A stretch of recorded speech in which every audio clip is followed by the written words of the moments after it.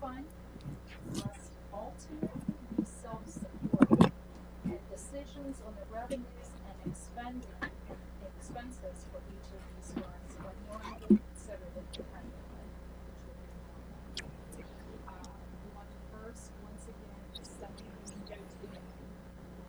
Next slide, please.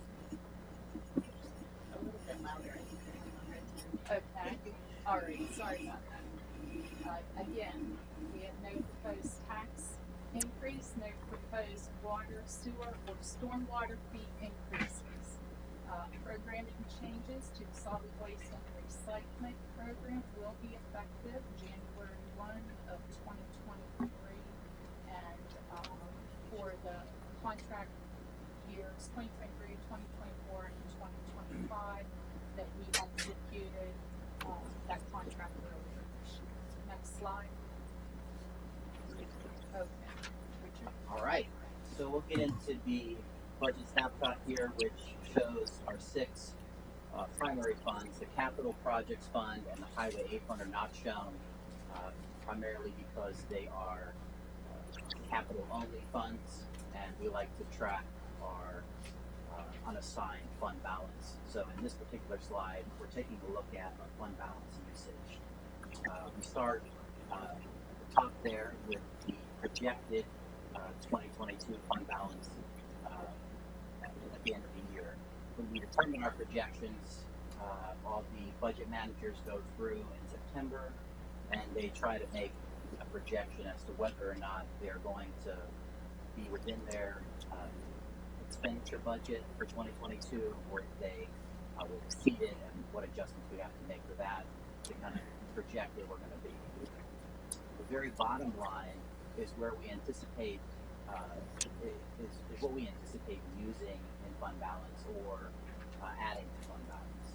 So one important thing that I'll note here is that water, sewer, and parking all show a budget deficit. But as we go through the budget, you'll note that each of those funds have an operating surplus, and we're really using our fund balance to fund our capital. Our general fund, as we'll discuss later, is the only fund right now that has an operating deficit that we are incorporating into the budget.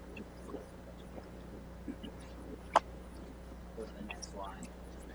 So as we develop our budget, we try to be responsible and follow the goals and policies set forth by council. Those policies and goals are in section 2 of the budget in more detail, which outlines the revenue policies and expenditure policies, which important ones are not spending one-time revenues on ongoing expenses and attempting to utilize cash reserves rather than issuing debt when possible.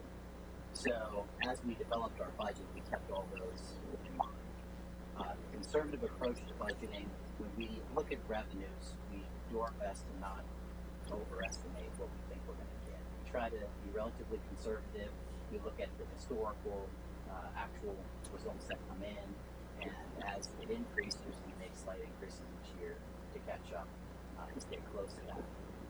And then in terms of expenses, we have an idea of what our programs are going to cost in the coming year, and we attempt to budget with that in mind so that we don't have to come back to council and say, we need additional funding to accomplish that particular goal. So we take a deep look at that throughout the year to determine, what sort of expenses we want to budget. The short and long-term goals, again, when we're looking at this, we look at utilizing fund balance to close our current year budget gap, and then what impact does that have in the long term? And that goes for looking at funding for our capital. When we look at the 5-year capital plan, we try to determine what we're going to do for that. So we do a deep analysis in our planned debt issuance and what fund balance we have. Throughout the year, we attempt to obtain grants in the budget if we are aware of grants that are awarded or incorporated. But in many cases, we are aware of grants existing.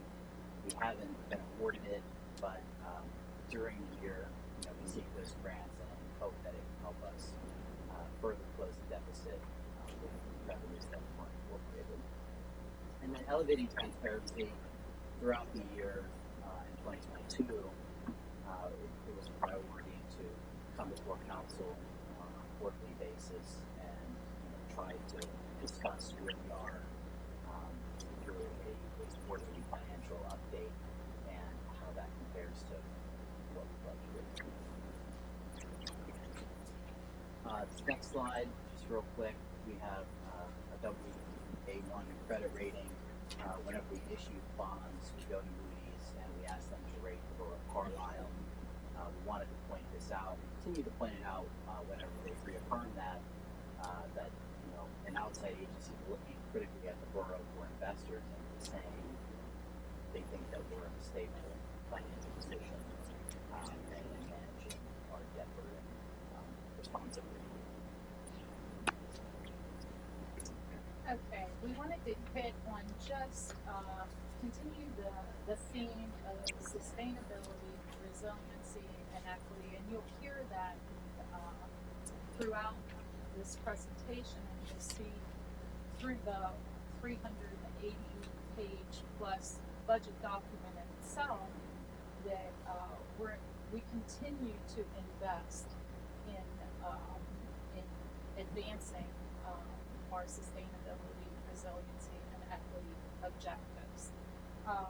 Just a couple to call out. Again, this is not all inclusive.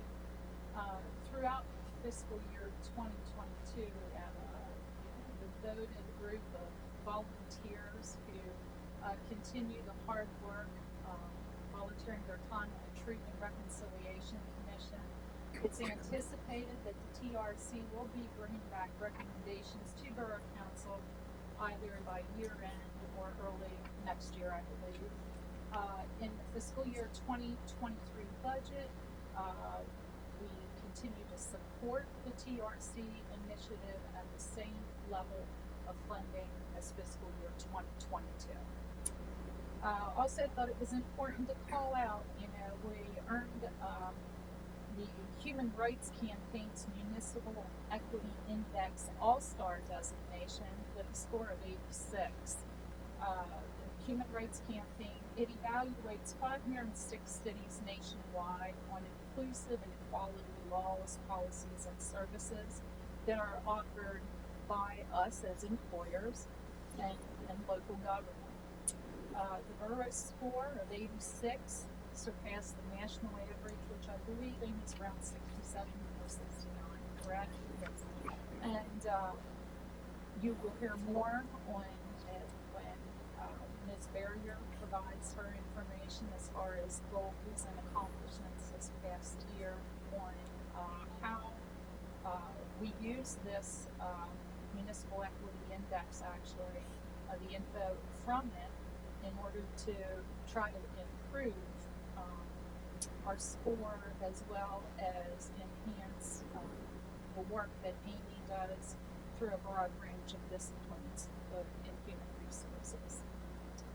Next slide. So one of the key things the council adopted this year was the climate action plan. Along with that was the establishment of a committee of the council that meets regularly to continue to implement and evaluate initiatives within that plan.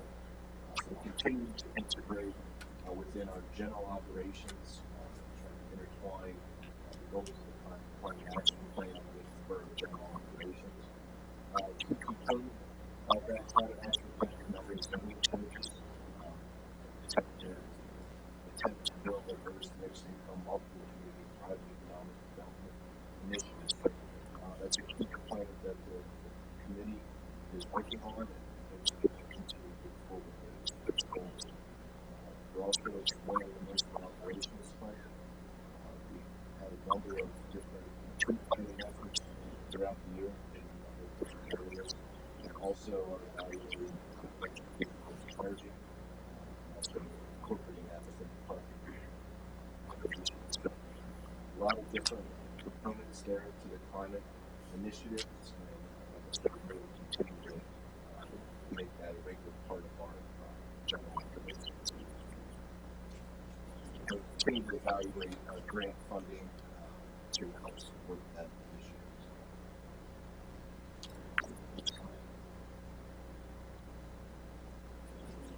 Also initiated in 2022 was a strategic planning process that's going to go started in 2022 and go into 2023. We articulate a clear vision for the community and mission for the organization. This is in addition to biannual goal planning, which we gather input from a variety of sources within the community, and which can provide a guide, a plan, and some focus areas for the future, establishing goals, priority strategies, and creating implementation plans that further can use to set some long-range goals, establish some key priorities for the organization. I just say I did one on that particular initiative. The public will learn more about this early in 2023 as the facilitator that was chosen to assist the borough with the strategic planning initiative plans to do public outreach visioning sessions early in 2023. So more to come with that. Okay, so we'll get started going into each of the funds, starting first with our general fund. Next one. We want to put a table in for each of these funds that shows the 2023 budget revenues and expenses and the previous several years actual comparables. I won't spend a lot of time on the slide, but I did want to point out just a few things. The fund balance line under the revenue you see in 2022 and 2023, there's a balance included there. That's a purely budget figure, so even if we had budgeted for it in previous years, it's not shown here because it's considered a draw on our reserves. So that's a purely budgeted figure. The other thing I wanted to point out is our intergovernmental revenue. Right in the middle of all the revenue, we'll see a large increase in the budget figure there, and that represents use of recognition of grant funding that we're using to pay for capital. So as we move forward, just keep that in mind. All right, so just to talk a little bit on what the general fund is and what it covers. This is our largest operating fund. It is primarily tax supported, and it provides many of our governmental services for which we don't necessarily charge fees or rates for to cover the program. Several of the items that we cover in this are our police, our fire, our streets, parks and recs, codes, general administration. So all of these utilize taxes to perform the services we provide. The fire, we have a separate tax that helps cover a large portion of it, but still utilizes taxes. Again, the major revenue sources are taxes, earned income, taxes, intergovernmental revenues, which would be the grants, transfers in. So each of the funds contribute money to the general fund for certain services. For our council, administration, finance, all these departments perform functions that cover all the other funds but aren't necessarily allocated their expenses to that. So these funds will contribute money each year in order to help cover those administrative costs.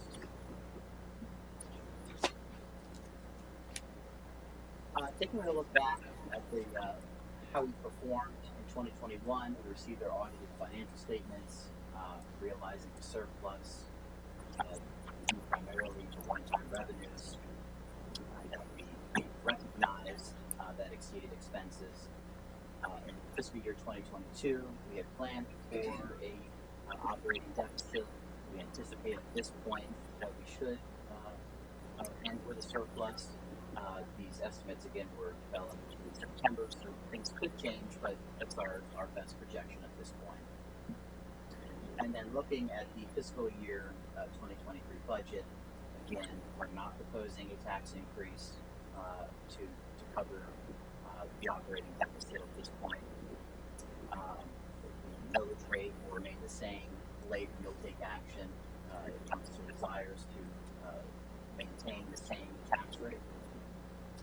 We are including in the budget approximately 1.5, $1.6 million in fund balance reserves to close the gap. 851,000 of that is the operating, the remainder is capital. And then you'll see down at the very bottom, revenue increases looks quite large. But again, when I pointed out the intergovernmental revenues, the recognition of the grants, that's all capital revenue that we're pulling down and recognizes. So it looks like a significant increase, but for the most part, our revenues have remained relatively unchanged, and with exception to a few sources that are capital related.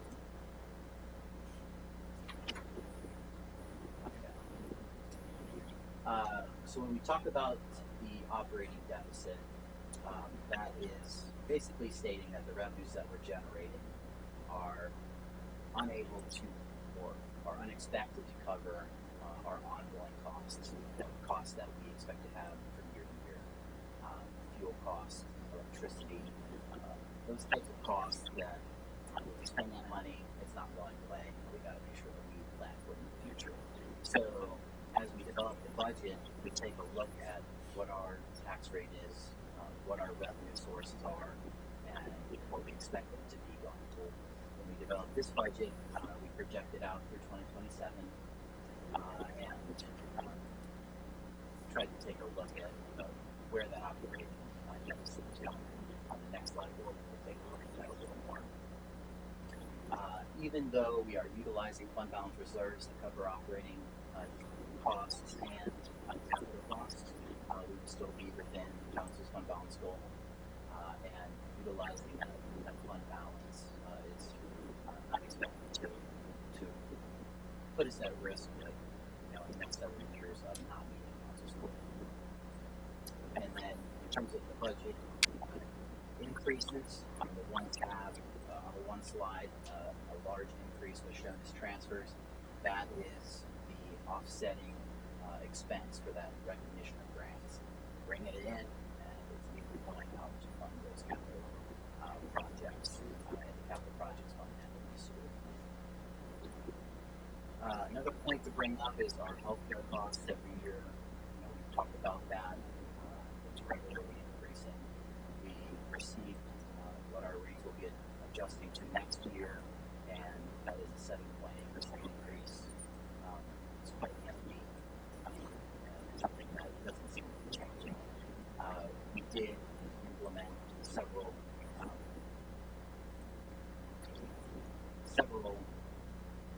things, I guess is the word I'll use. Plan modification.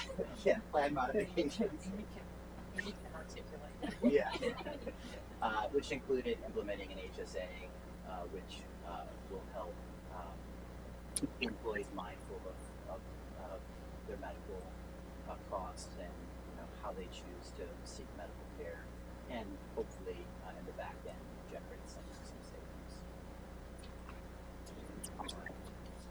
This slide is a beautiful pie chart that highlights the fact that the property taxes are our largest portion of revenue, by other local taxes, which is our income tax and the the intergovernmental, that's where we keep our grants that we get from the state and federal government. So our offer funds that we're drawing down would be there. Looking ahead, so over on the right, just to get that addressed, highlighting where we're projecting our operating deficit to be heading if we fully fund all the programs that we expect going through 2027, and if the revenues don't change, which would include potential future tax increases. Now, when we look at this, it's important to remember that when we develop this budget, it doesn't end there. As we go throughout the year, budget managers are constantly trying to find ways to reduce costs also evaluate whether the costs that we thought we needed back in September of the previous year are really something that we need to incur. So when we talk about this operating deficit, the last couple of years we've managed to reduce that. So even though we have these figures going out for 2027, for 2023, I think that we'll be able to continue managing that. So that's why we want to have a tendency for two of those. We'll jump down to the long term. So when we did our multi-year projection, of course, as you utilize fund balance right now, it's at a level that is sufficient to help us pay for our capital improvement plan. Going out several years, when you incorporate that less operating deficit, you start drawing down on that faster. So of course, the more you use, at some point, it won't be there to use. So as we look long term, we want to make sure that we're mindful of that and plan for it. I guess before I leave this slide, the one thing that we want to point way down at the bottom, if we did want to adjust the tax mill rate and eliminate the operating deficit at 851,000, it would need to increase from 3.15 mils to 4.175. Keep in mind. On this slide, we thought it would be handy to show taxes versus inflation. In general, we don't raise taxes very often. Since 2002, we've only raised them 6 times. In the last 12 years, we've raised it twice.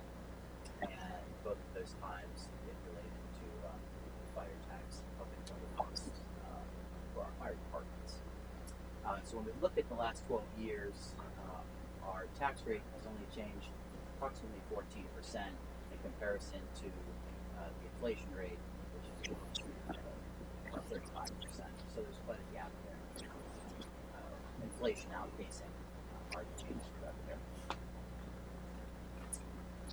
All right, now we'll go into the capital projects fund. We kind of group that in with the general fund, given that all capital for the general fund is accounted for in this capital projects fund, and the primary source of revenue for that, when not coming from a grant, is a transfer out, as we see in the current budget, from the general fund to capital projects.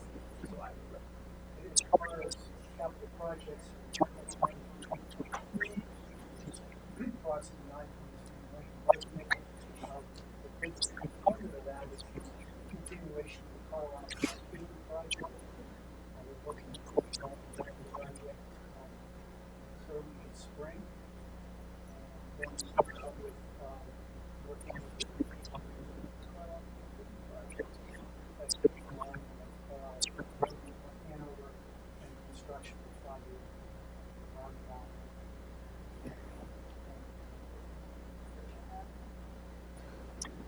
The majority of funding for that, those two projects are coming from federal and state grants. 25%.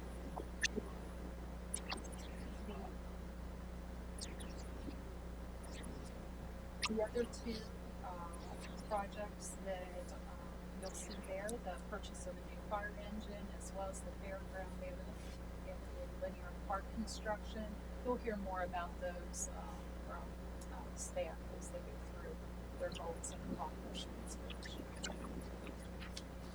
All right, and then just to round it out for the general fund, in no property tax for 2023, we do have an operating deficit of $851,000, and we will be closing that with fund balance reserves. And like I mentioned, revenues increase, expenses also increase. And again, that's primarily due to recognition of grants for capital-related purchases. All right, let's dive into the water fund. That's great. That was great. All right. Whenever we can do things,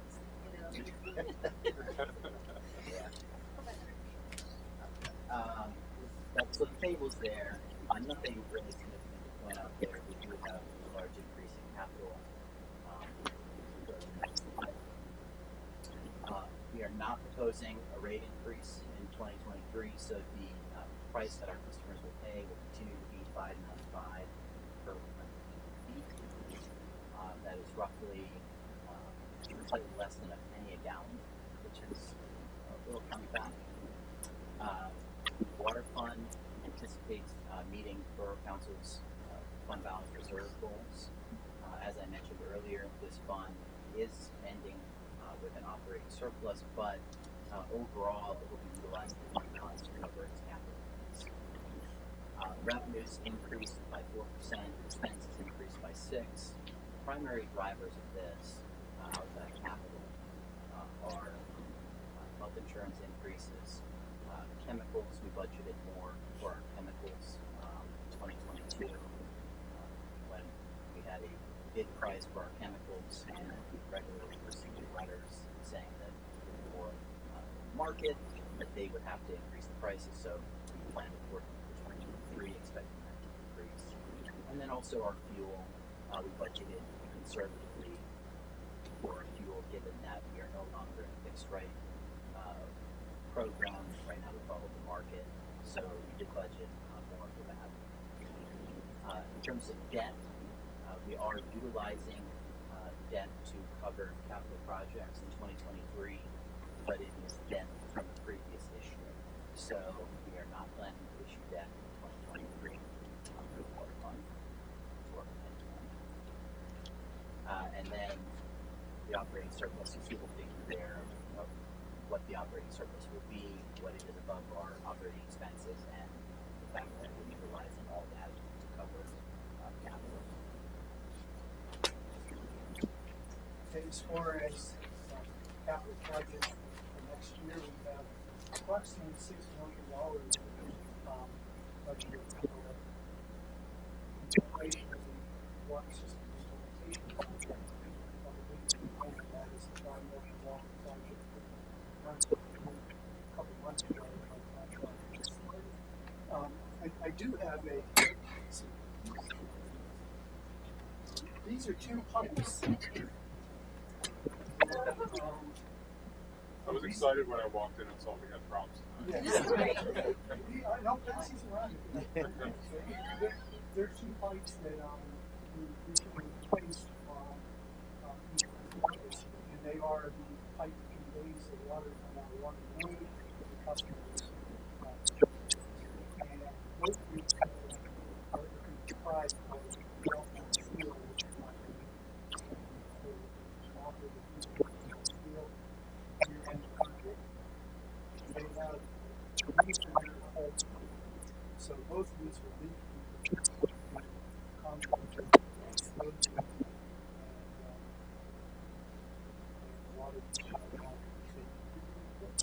the project includes replacing the mains, the valves, and the filter lines.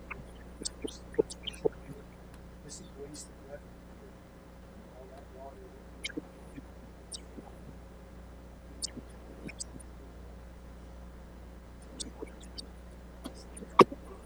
Mark, can I ask, so when they get replaced, what material are the new pipes? Mains are iron pipe, which is steel, and the service lines are iron. Great, thanks. Another major problem besides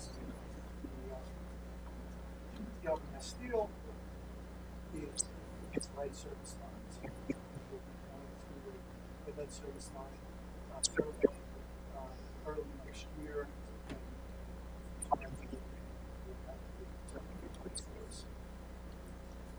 I would include the capital projects next year include replacing the transmission lines from the water treatment plant to where the reservoirs to the top of the hill, and as well as a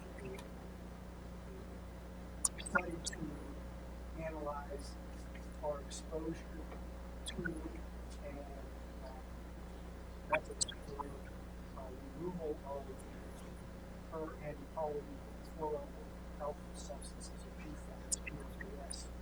There was a presentation to council this spring from the resident regarding PFAS. At that time, we sampled our water improve the technical levels.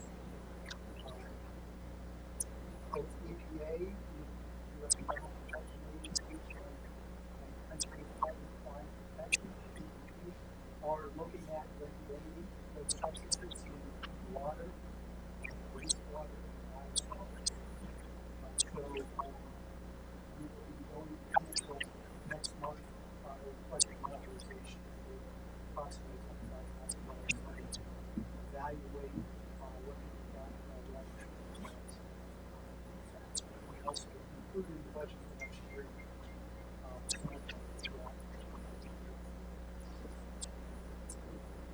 And before we leave this particular slide, I always like to point out, I think it's important for our ratepayers to see just how much we are investing in the infrastructure, the capital projects. There's over 57% of the expenditures for the water fund, all of the water infrastructure that's going, and water operations that's going into the infrastructure here. So I think that's always a good snapshot. About 14% salary, so 57% of it is going right back into making those necessary repairs to the infrastructure.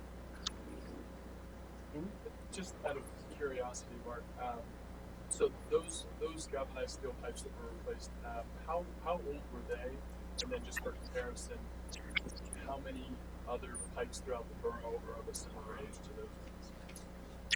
Right, so those were likely in the 1950s. There are approximately 500 pipes in the borough.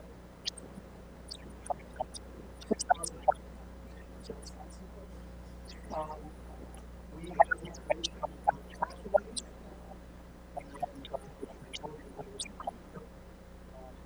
go through the regular side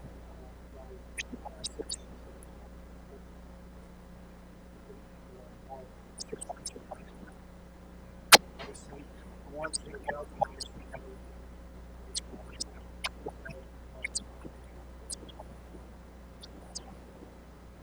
Thanks. Okay, we'll move on to the sewer fund.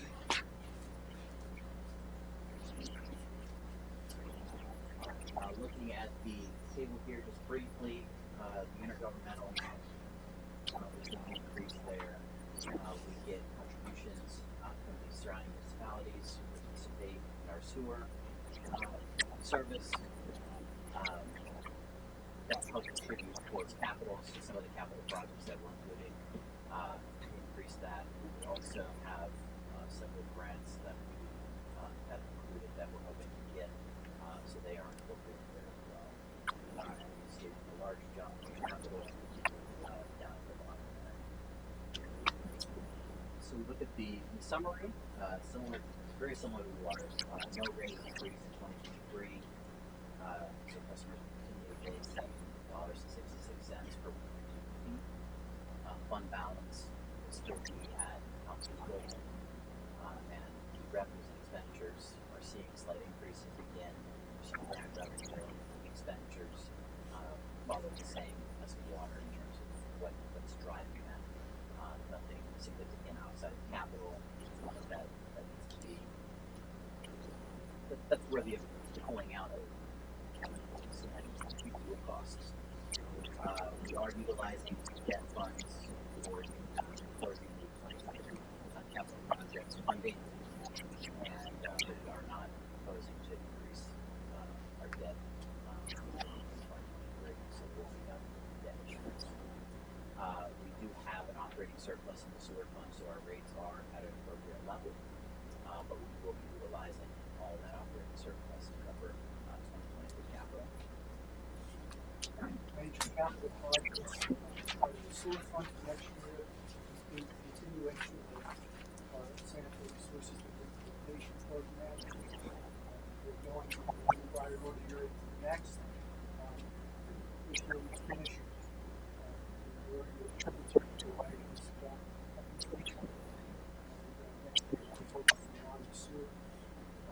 Another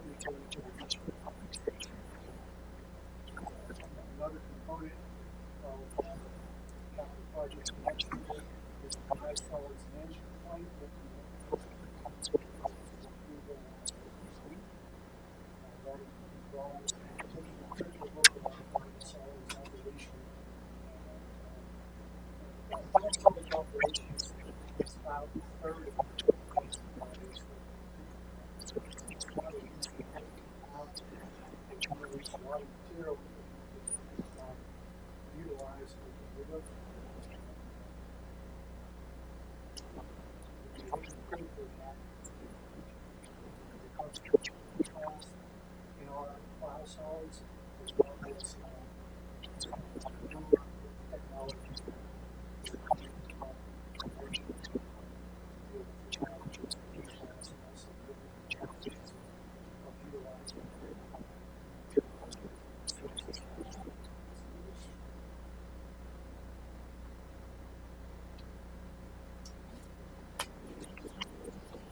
Alright, solid waste.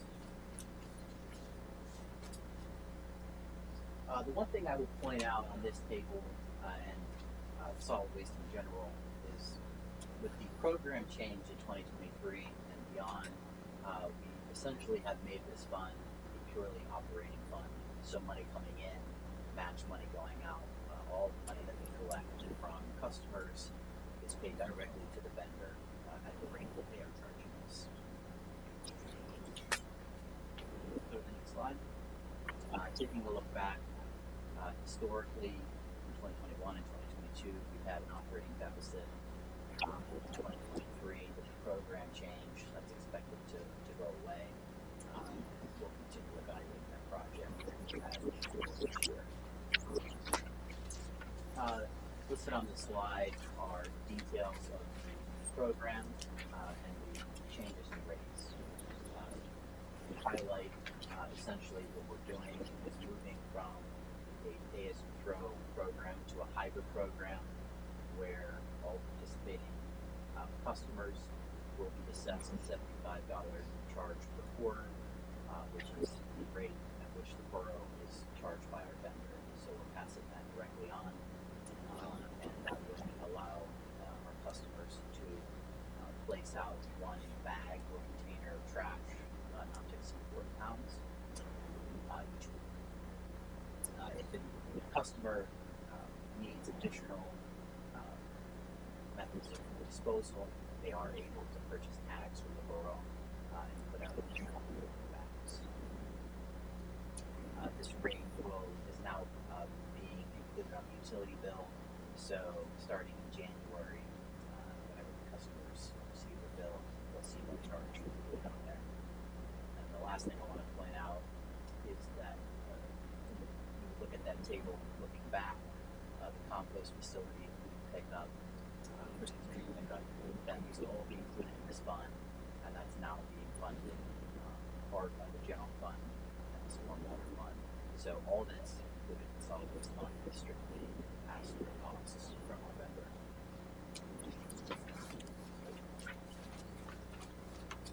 Richard, guys, a quick question on that, because I saw a couple residents on next door asking about it. So next year it's anticipated that the leaf pickup truck, like I said, might be from Mark II, will be good to go next fall.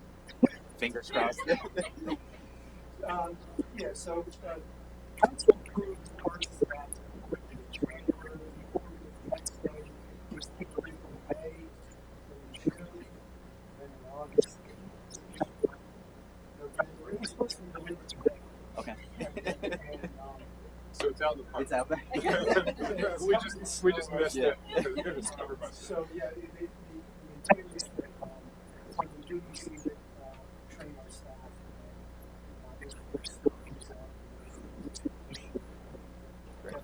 Because I think that's a great asset for us to pitch to our residents that, in theory, they won't have to buy the bags anymore to put out for the pickup. It might be a cheaper and more convenient option. Great. Thank you. Okay, we'll move on to our stormwater fund. So this fund was started in 2019, so it hasn't been any influence in the activity. Things have remained relatively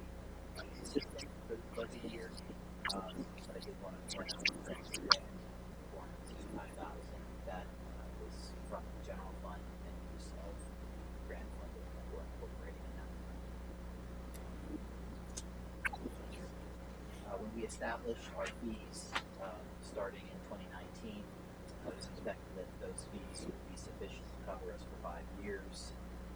We are not proposing a fee increase. We did project out several years, and at this point, we decided to change that. One of the things that Mark will talk about in a moment is an engineering study. When that is completed, then we'll do a reevaluation to see if there really is a need at some point with certain numbers in 2023. The Stormwater Fund is the only fund right now that has an operating surplus that's reflected in the budget. So you'll see that approximately $42,000 is being added to fund balance to help cover our 5-year capital plan. We are not planning to issue any debt for 2023, but we are utilizing debt funds from the previous issues. We have approximately 1.5 million budget for capital projects. The biggest portion of that is Bedford East 10th Street transportation improvements. We will be having the engineer give a presentation at the December workshop on that for the public. Also, as Richard mentioned, the stormwater master plan will help us identify projects that have to address flooding and also help us implement our plans requirement. Alright, moving on to our parking fund.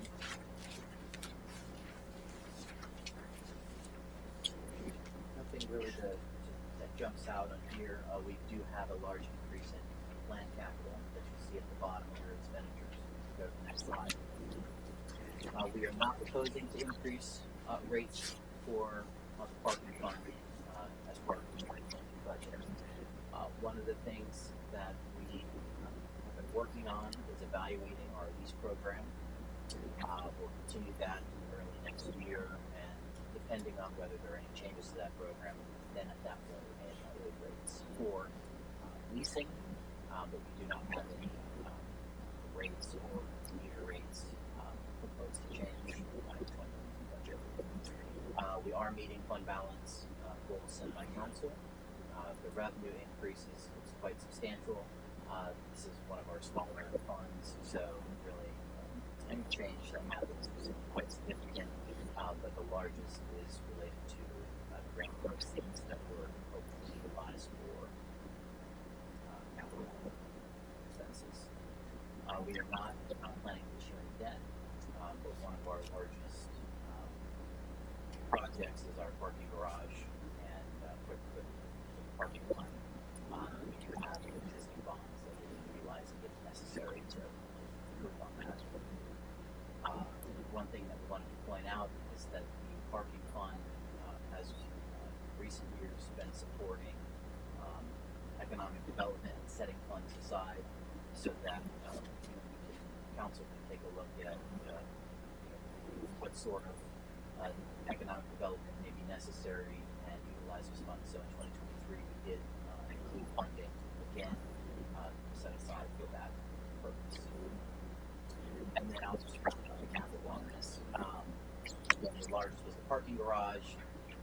We also were evaluating electric vehicle charging in 2022, and we have set aside funding to roll out the installation of electric vehicle charging stations in our parking garage and potentially other sites if appropriate.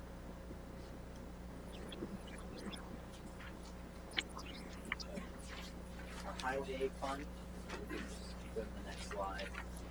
This one is a capital only fund, so the general fund, it's funded primarily by liquid fuels allocation. In 2023, we are seeing a slight increase in our allocation, but it's not at a level that addresses our capital for 2023. Primarily use funds for our streets and also doing the rebuild programs.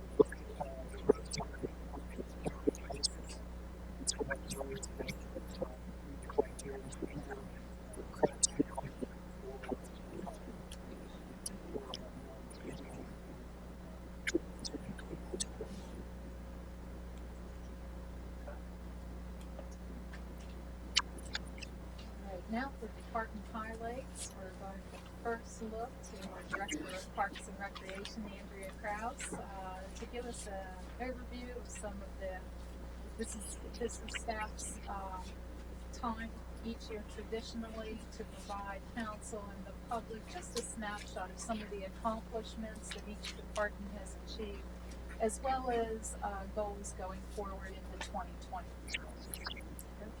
Alright, so first I kind of wanted to do some Parks and Recreation by the numbers. So I have some information regarding programming and maintenance from the department within this past year. It's not inclusive, it's just kind of a snapshot of some of the different things that a number of things that we've done. So 162, that's the number of Parks and Recreation programs we held in 2022. 3,900, that's the number of program registrants we have had to date. 1,325, that's the number of gym and multi-purpose room rentals we've had at the community center. 84, that's the number of days the Carlisle Community Pool was in operation. 18,000.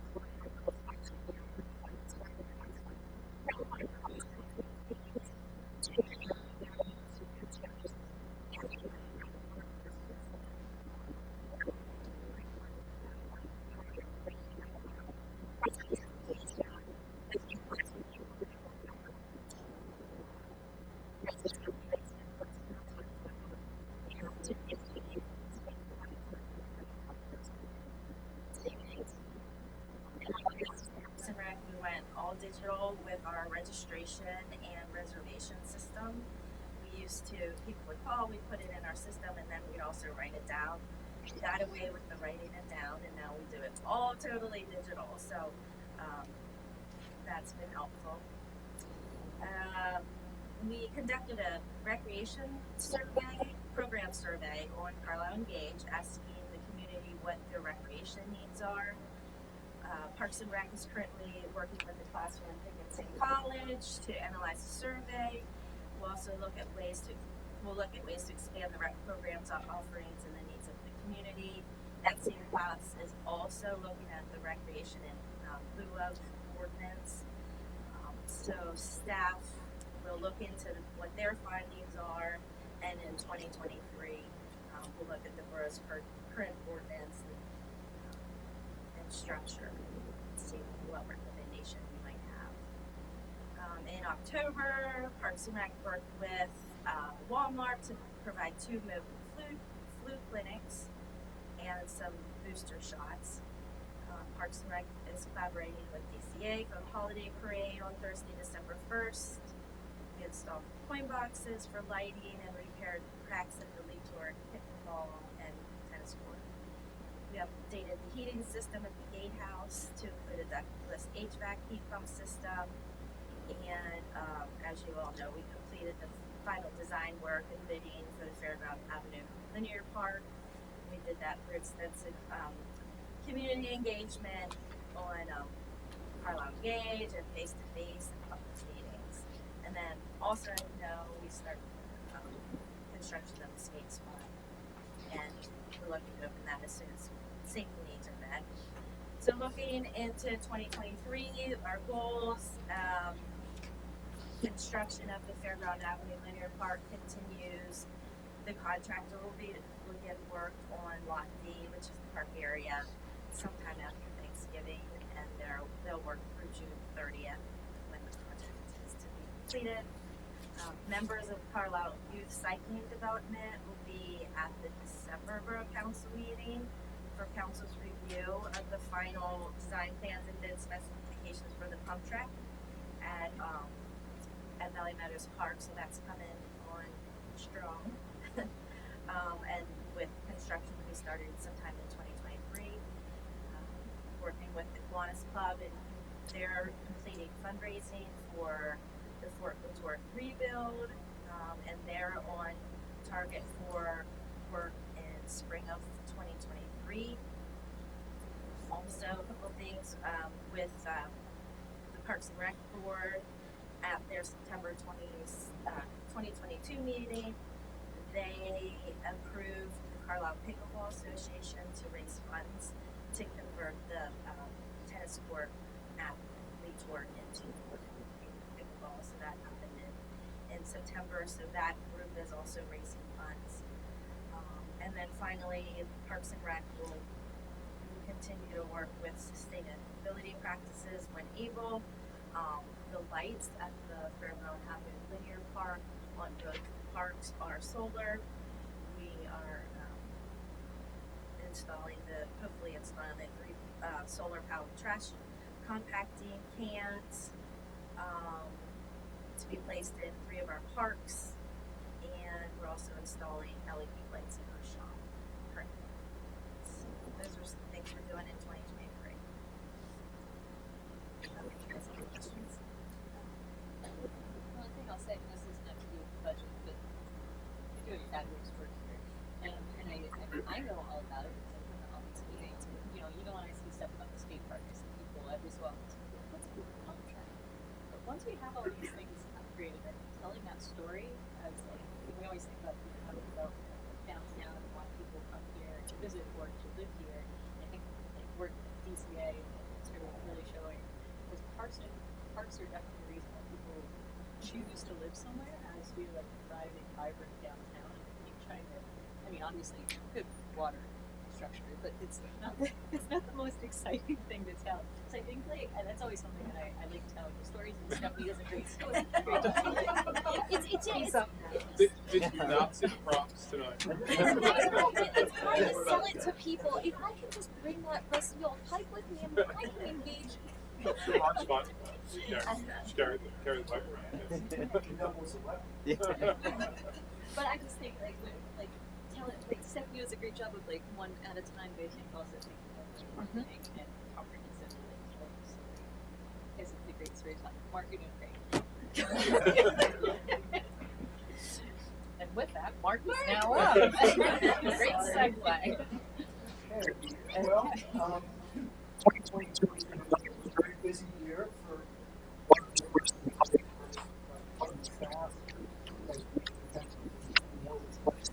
I would like to people details that are just 1.5 full-time employees in the department. The majority of this year and as of today, we have 44 full-time employees. And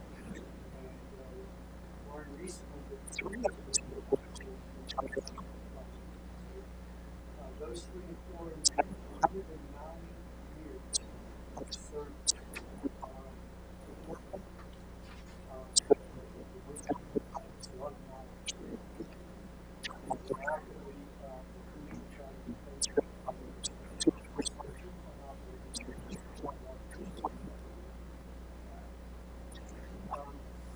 Water and wastewater is also a very brain industry, so to speak.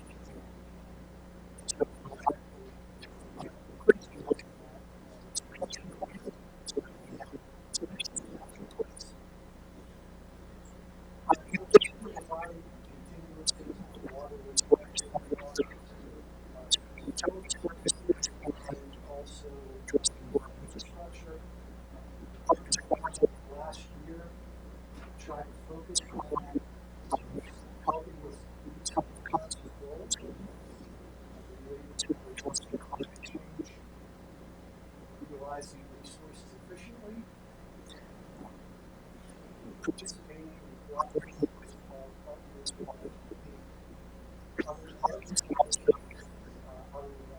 municipalities adjacent to us, and also working on construction rehabilitation. So just a few examples of some of those activities we undertook this past year related to the climate action goals. We have about 40 acres of land, and as they are. That's a lot of lawn. So, one of the laboratory supervisor reached out to me on the Chesapeake Bay grant, and we used that grant to start a riparian buffer where on another unit to bond to a wild meadow. It's what we're trying to come up next spring and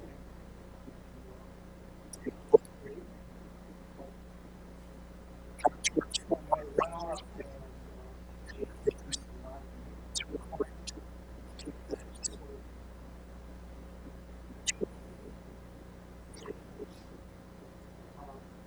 Richard mentioned that during the year our fuel usage, our fuel costs went up significantly. And that was in June where our contract, which was a cooperative contract, provided fuel, we elected not to the low bidder, which was quite high, so it was on the open market. Immediately upon learning of that, staff to try to reduce fuel usage.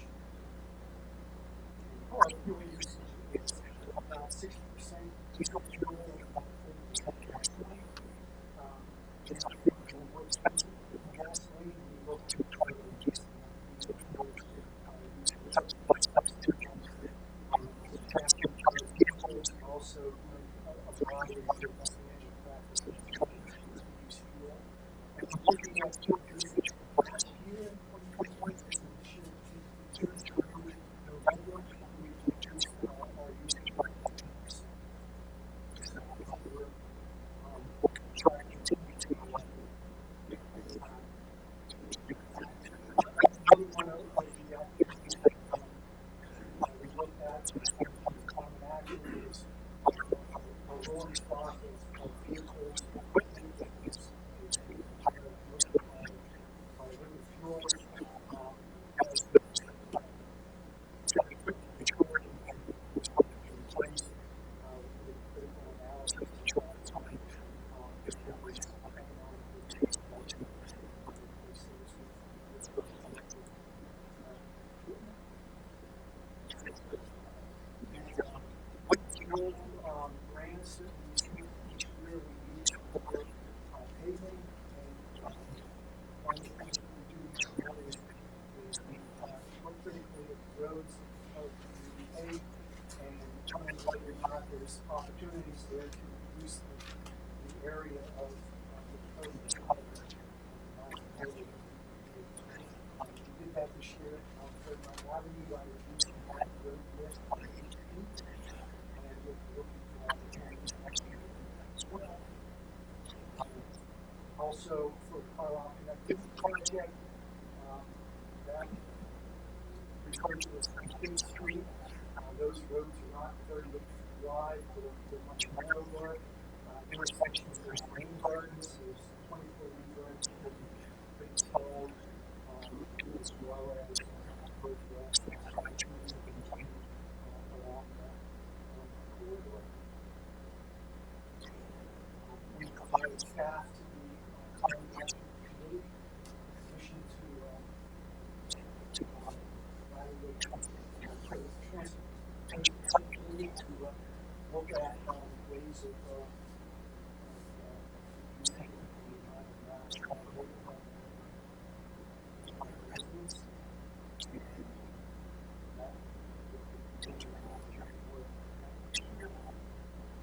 As far as operational efficiency goes, I mentioned about the RFP for development of comprehensive ourselves one plan, that will look at, cost effective, hopefully safe and beneficial use of options for biosolids.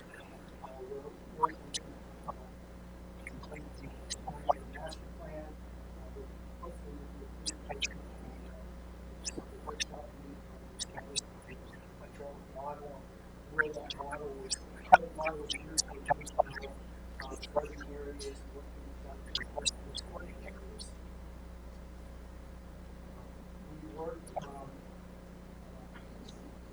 inspection of those infrastructure, and based on those inspections, those improvements placed inside this year's budget included maintaining the Ridge Street tank. We inspected the Ridge Street tank. The tank's 90 years old. It really wasn't cost effective to do one at a time, so we started with target study to determine size and location for the tank to replace that particular tank. We've also inspected the water tank at the water treatment plant, determined that did not need to be maintained this year, so we're postponing retaking that until next year. As far as other activities to make the department more efficient, we maximize use of staff rather than relying on outside contractors. For instance, Wayne Clark, which is our construction inspector, is brought the ball over the board along. He's doing full-time inspection of the water rehabilitation in addition to inspection of other activities as opposed to hiring outside contractors. Probably reduce that cost by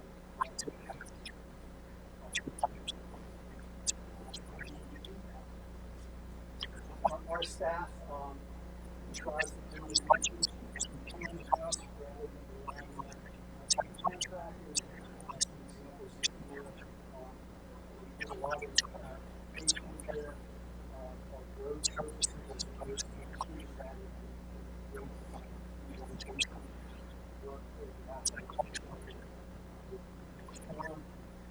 We also will be working back into road narrowing throughout out there demolition of existing excavated which could reduce the cost of that. As far as some activities with intergovernmental or interdepartmental collaboration, next slide.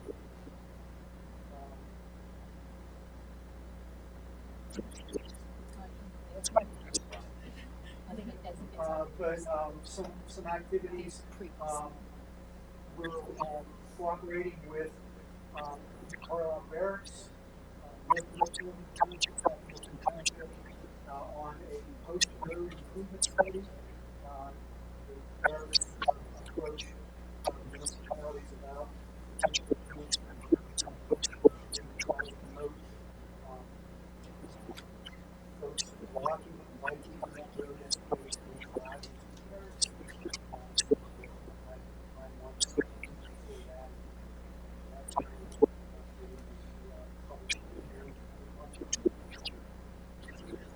We also participated with South Milton Township on the expansion of the Ridge Street wastewater pumping station. Council entered into a cooperative agreement with South Milton last year for that facility expansion. The design was completed this year. It's currently permitting, and it's expected to go into construction next year. That pumping station expansion will take we also collaborated with South Milton on a 2018 grant application for park improvements. We'll hopefully find out in the next couple of months whether we were successful in that grant application. Infrastructure rehabilitation. We purchased about 2.5 miles of road using new fuel.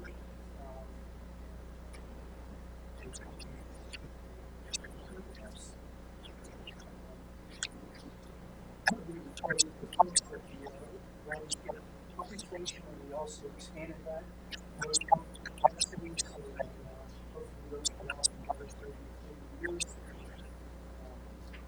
Work to rehabilitate the water system, project as well as the Tiger project, finishing that up. Hopefully, people are able to energize the lights around the roundabout. That should be open for traffic next month.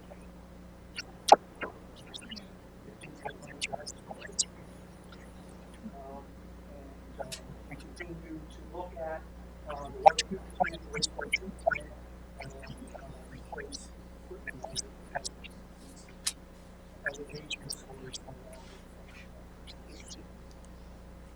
As far as goals for next year, one of the biggest items that we're facing now is compliance with tax regulations. The teacher regulation go into effect next year.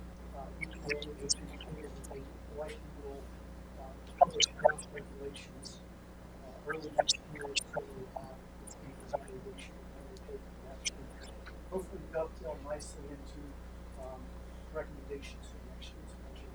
Hopefully, not maybe capital move, but potentially capital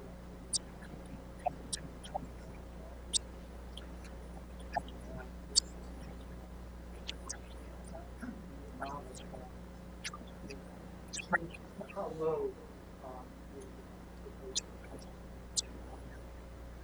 we're talking about parts per trillion substance. I mentioned most council that 1 part per trillion is equivalent to 1 second in 32,000 years. That's incredibly minute. But it's something that we're quite serious about because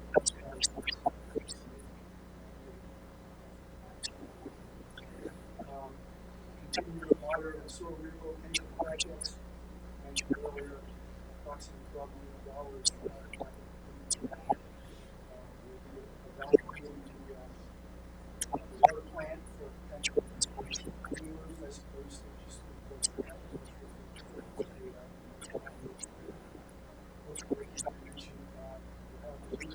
truck implement that project. And the last item on a lot is here about solid waste, and looking critically at the options of coming back to council later in the summer of 2022 as a result of our evaluation of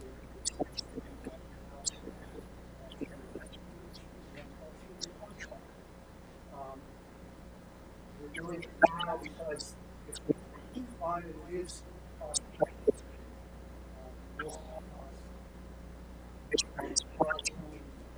worldwide supply chain, it's likely to take 2.5 years to evaluate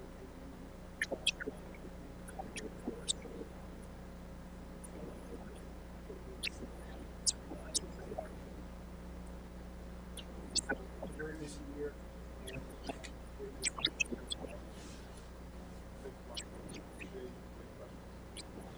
I have 2 quick things. One for the work with the post road and just the compost in general. This is not going to be a huge cost savings, but it can also be a beautification process as well. I love the compost, and I love to reclaim things from our compost. And there are so many wonderful things that people get rid of. So we're always looking for a grant to buy trees, which I saw the trees there when I was there the other day. It was great. But also, there's just so many things that we could possibly, if someone has time occasionally to filter and put on a pile of possible reuse. Like I don't know. People don't know that mums can regrow, so I have many of them. And I don't know what I'm going to do with them either. I just shove them in my truck, and then they sit on the side of my house for a little bit. So I'm just saying that if there's a little like stockpile on the side of the shed over there, that like then if we had a place that we could beautify a little bit, there's just I've taken all sorts of things. So I don't like to invest a lot of money in it. I just think that as we're thinking of places that could be enhanced and we don't have funds, we do have this wealth. It's a little scrappy, but it's also rich with opportunity. That's the way I'll put it. I'm happy to go to it. And the only other thing is, so with the PFAS, I mean, this is more of like a education for us, but also for the community for the future funding of that. Is this what is called the unfunded mandate? Sort of like we had I mean, stormwater, we had the MS4, like we didn't get money from the state or from the federal government to fix all of our things. We had to find a way to fund such a requirement. So this is the same, like the idea that DEP and EPA are going to say that we need to fix it, it's not necessarily likely that they're going to help us do that financially. Yeah, the federal infrastructure, have to pass the Congress. Provided $23 billion for fire infrastructure for 5 years, in year one.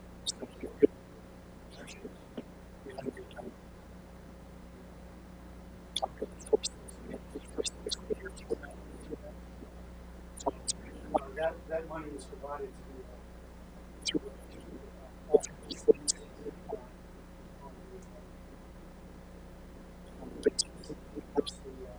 population. That was just Penvest. We did meet with Penvest about the ability to do that, and that is primarily in Northern Florida. Only collective funding is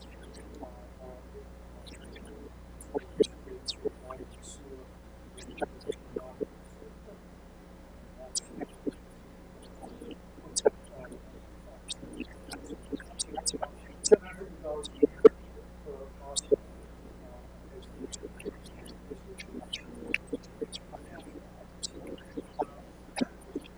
we'll be looking at that. It makes sense.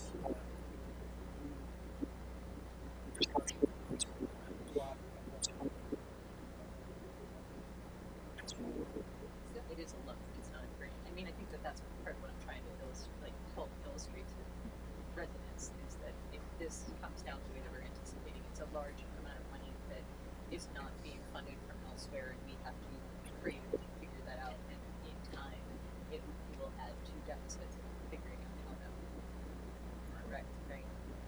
Yeah, We're not quite there yet, but still. I should also say that those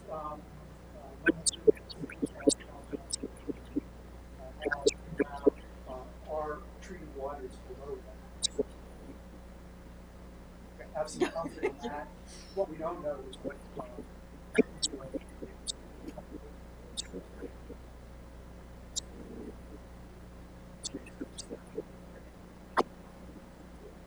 And unfunded mandates that are due to companies like DuPont and 3M that pump these chemicals into the environment and made profit off it. And now we're socializing the cost of that. Right. Yeah, I should note that California is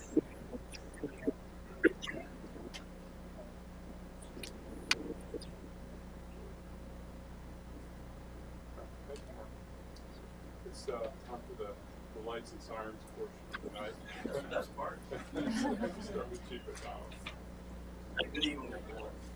So the fire department, our call for service was increased this year. We still have 2 months to go before we're going to see it significant. Well, it was real significant, but for about 5% increase in call for service this year.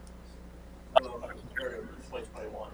I mentioned, I don't want to go into a lot of detail. I did the fire safety brief last month with our collaboration with the school district, bridge builders this past year.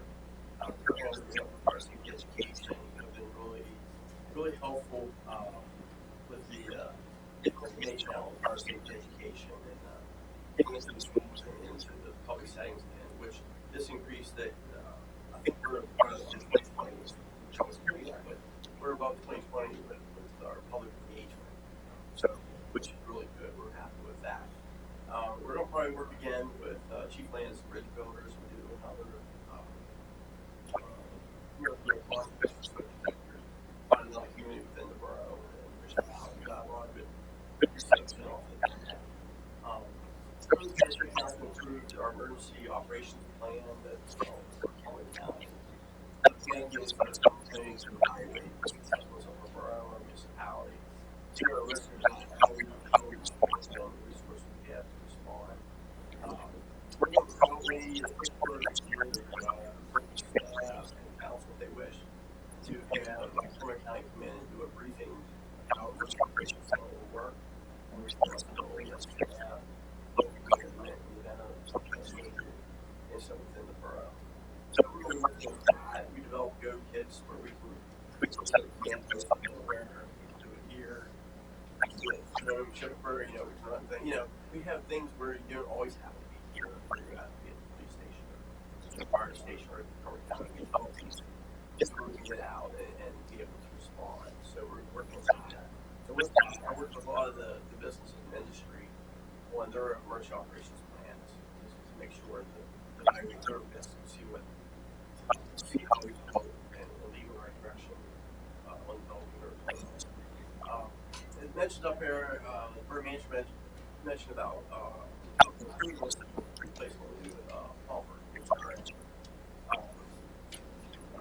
Working with the borough manager, we worked on a grant through PCG. And again, it was one way or the other, so we'll get that going on.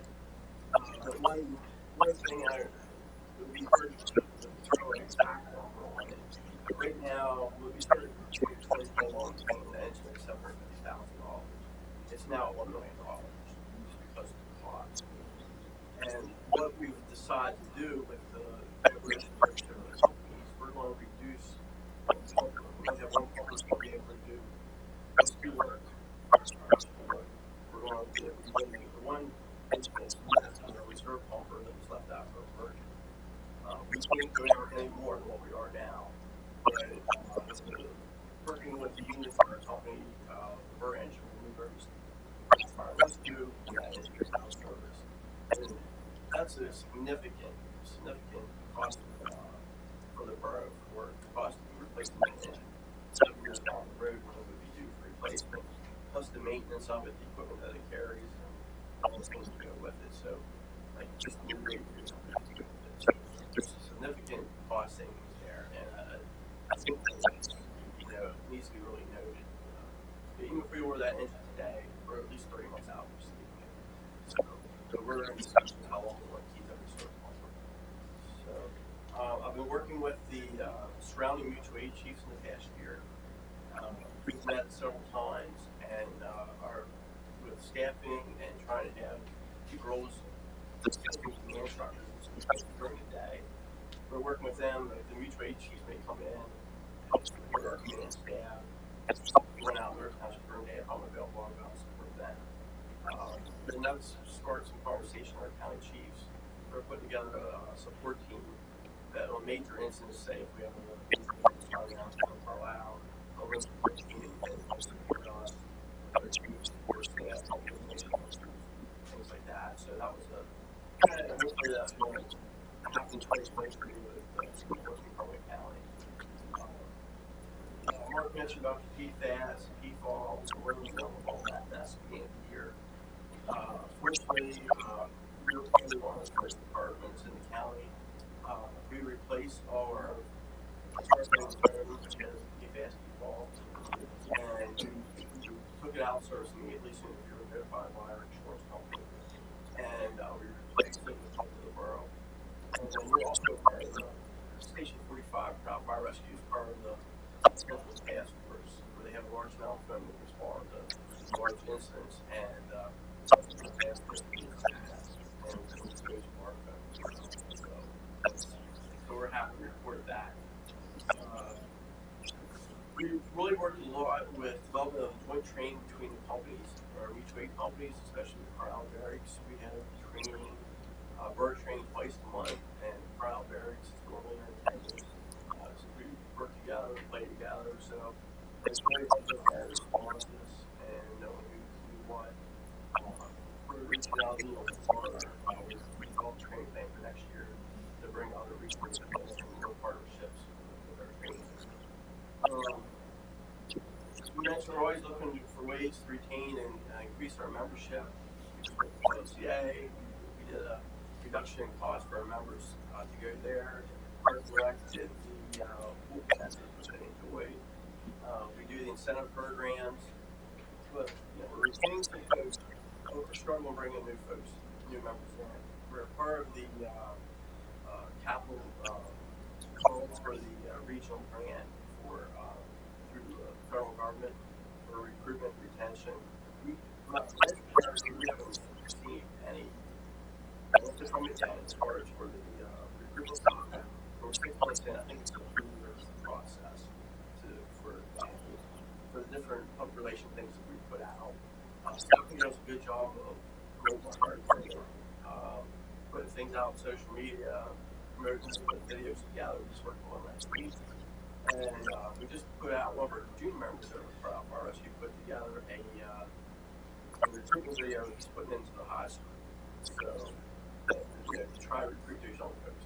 We have to get on some we got engaged in 13, 14, 15-year-old before they get interested in anything else. So that's where we need to really engage young folks to join. Also next year, I know we've been working with the mutual aid chiefs. Some of these chiefs want to do more of that, just the operational levels of things, but working on that mutual water stuff, emergency services. I think we need to move forward with that. And I think a lot of good things is going on for COVID. May not get everything we want, but I think there's some things there that we could probably achieve by working with the rest of the departments around us. But the two stations, good cooperation between the stations, good cooperation with public chiefs and membership. So they do a great job. I don't get those complaints. Good relationship with the local EMS, police department, everything we kind of do with we do together. So a lot of good work. We did that. Telescope this year with the police department. We did work with them together.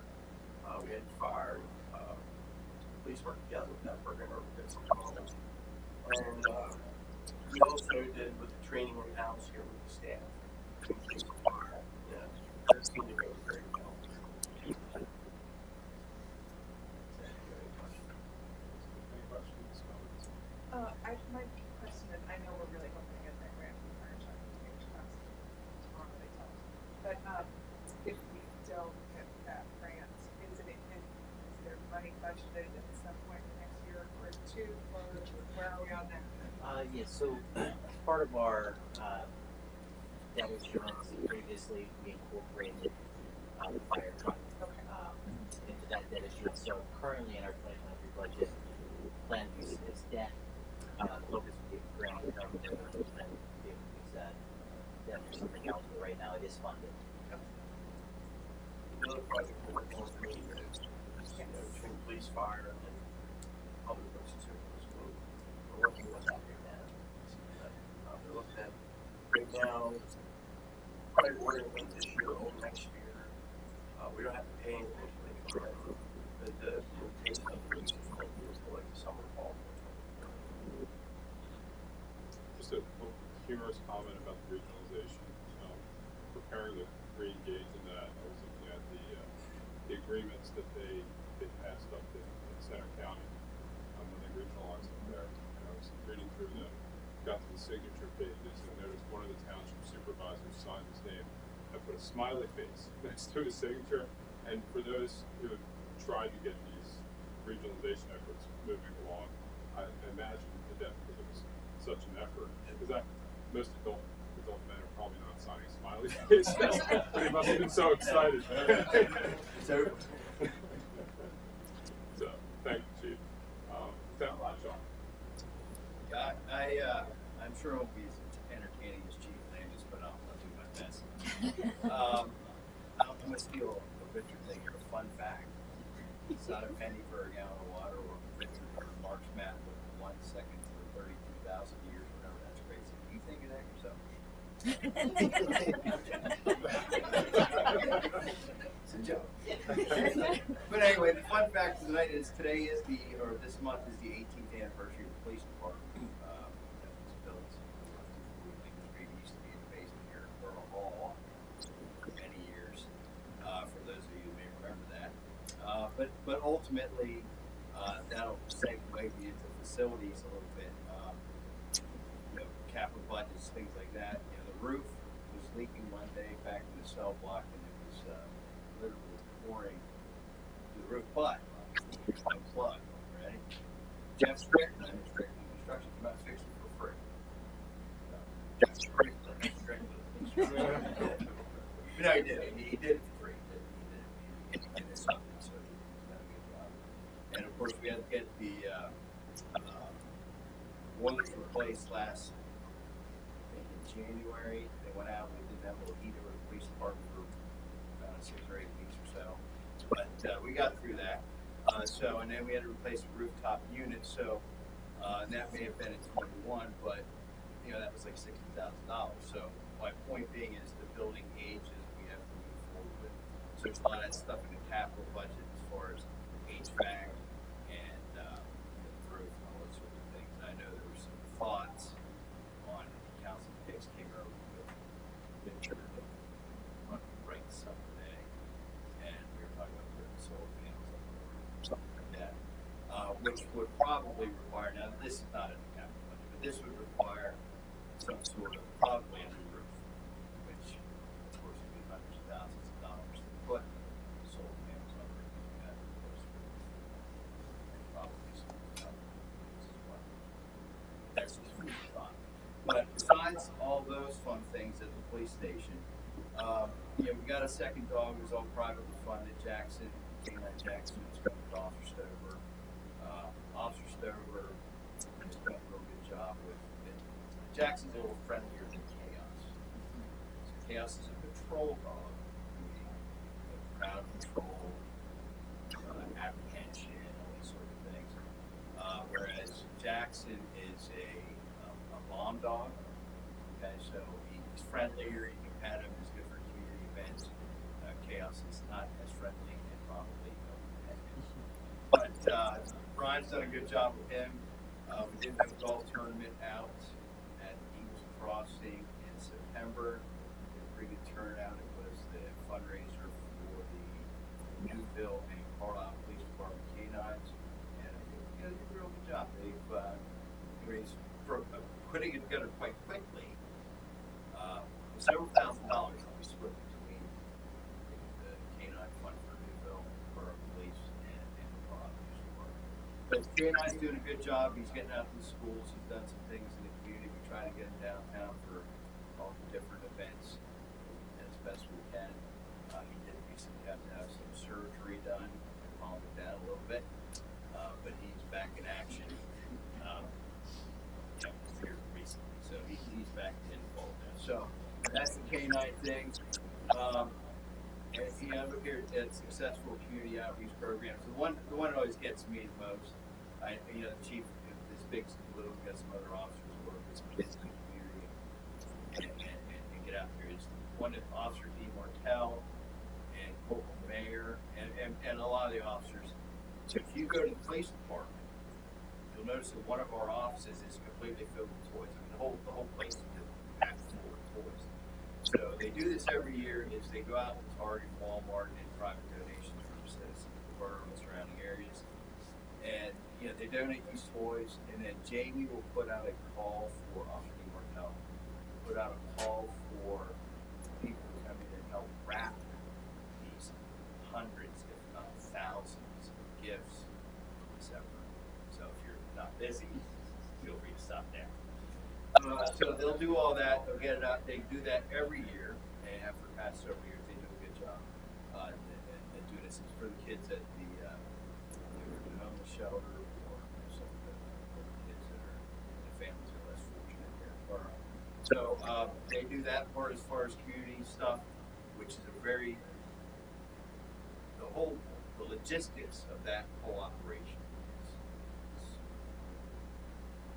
it's pretty hard to handle, James. Bike patrols, foot patrols, we're trying to enhance that a little bit just to bring you up to speed a little bit. We have 32 full-time, or we are allowed to have 32 full-time officers. Currently, we have 3 in the police academy who are graduating on December 12th. If you want to come,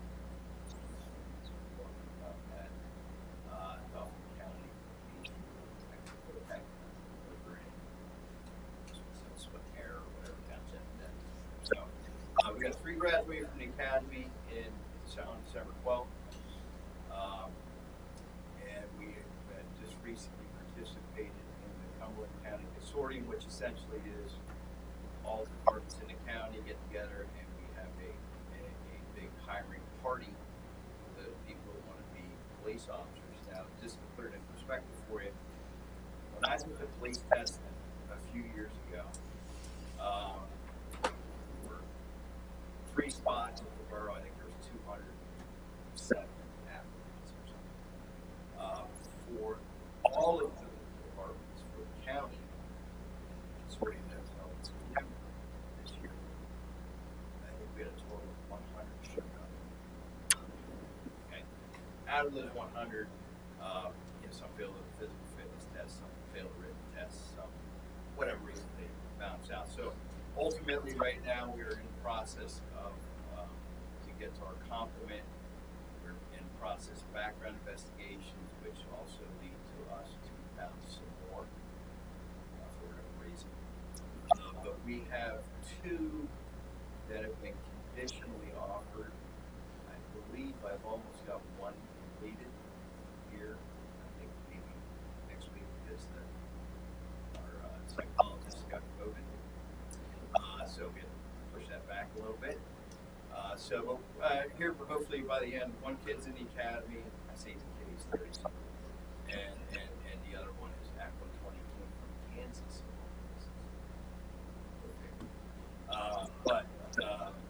And then there's going to be 1 more that we're working. So we're still working background on that. So hopefully here, December, January, we'll have that sorted out. So that'll bring up speed on where we're at as far as manpower is concerned, how we're moving forward in 2022. Actually, the guys, I think the officers, if you during COVID, with 2021, 22, the amount of interactions that officers have with citizens, going in their homes, going to businesses, whatever happens, arresting people, blah, blah, blah, blah. We did have quite a bit of COVID. I say quite a bit. I don't know the exact number. It was maybe 20 cases total. But overall, based on the interactions that we have, I don't think it was really that too bad. So we stayed pretty operationally ready. But there were some stretches. Amy's probably sitting there going, that's a bunch of crap. There's a bunch of code there. But I can hear it. I can hear it. She wasn't even saying anything. Anyway. So we stayed pretty well maintained through there. We've been doing pretty well here recently. And just, as far as prosecutions and some high-level cases, the detectives worked very hard in the Speedback murder case on East High Street, where that was a successful prosecution of the first degree murder case. Recent indictment on a person here in the borough that was indicted on 4 counts of drug delivery resulting in death from fentanyl dealing. And I can't remember the Hines County case was early in 22 or not, but that was also a successful prosecution on the first degree murder. And as far as other ones that are outstanding, without getting into too much detail, make significant progress in some other things that we did successfully have the 11-year-old return this morning, which is good. So she was missing for quite some time. It was actually an interesting tale, if you'd like to hear about that. Anyway, moving forward, we like to keep our, as far as goals are concerned, a high crime clearance rating. We usually have around 40-50%, a minimum of 35. We use the dog, and when we get more officers, we'll be able to, and I'm not making excuses, manpower. More officers you get, the more things you can do. So, we realize that there are certain spots in the borough that probably need more attention than others. And we're moving towards that. We're working with John Schumann as the Sheriff's Department, PSP, to assist in certain things. And we hear the people talking to us. We get out there, guys come back. It's fairly visible in some locations, the problem areas, and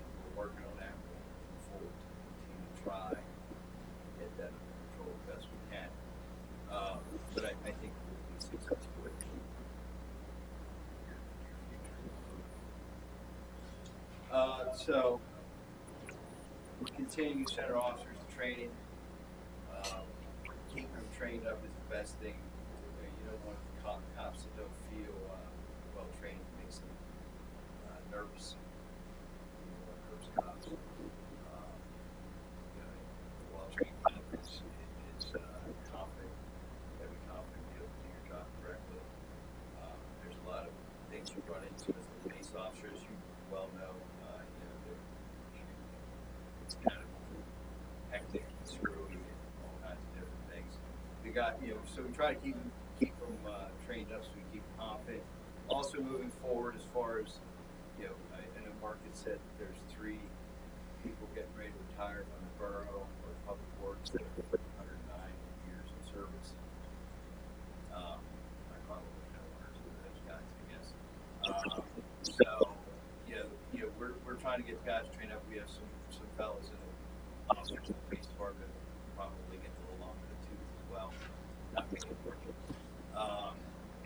So we try to keep them, guys get first level supervisor training, get them trained up a little bit better in leadership and supervision, so they're better prepared to take over, so if the guys move on or whatever happens, get that taken care of. So, also Lieutenant Miller and several other officers, myself included, are working towards our accreditation here in 2023. We do that every 3 years. I'm not going to get into any gritty of accreditation. It's very exciting. More exciting than water and sewer. It's right up there. So we're PLEAC accredited, which is the Pennsylvania accreditation, as opposed to CALEA, which is national accreditation. But it's the PA chiefs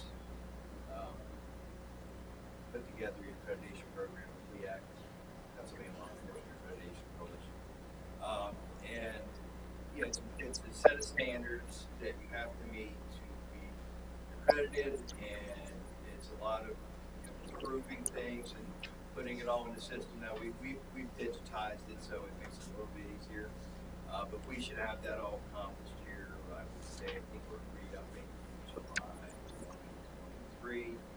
Probably do like assessment, so we get assessed by like a chief from Western Pennsylvania or Eastern or Central. They do a lot of it online, but they always come out to visit for on-site stuff. We'll do a practice run probably here in the spring, just so they can say, well, you're kind of here, you should work on this, whatever. It's a lot of different stuff that needs to be done and put in correctly, so it looks good, easy to view. So I'm sure we'll get that accomplished. And as far as funding things are concerned, we're working with Owen on a little bit. He's doing most of the work on the PCCD grant for the downtown camera system, which we have a lot of cameras, Parks and Rec, parking, and police department, and various other places that we, of course, are in combination with the housing authority, which makes things a little dicey sometimes because they have their vendors, we have our vendors, all the servers are at the police station. So, we're working on that. I know we're getting some installed in the near future, possibly before 1 or so, the NDA compliant, all that good stuff. So, to enhance the system, downtown, which is beneficial. And we've always worked on. We started with like 19 in 2010. And I believe we are at 100.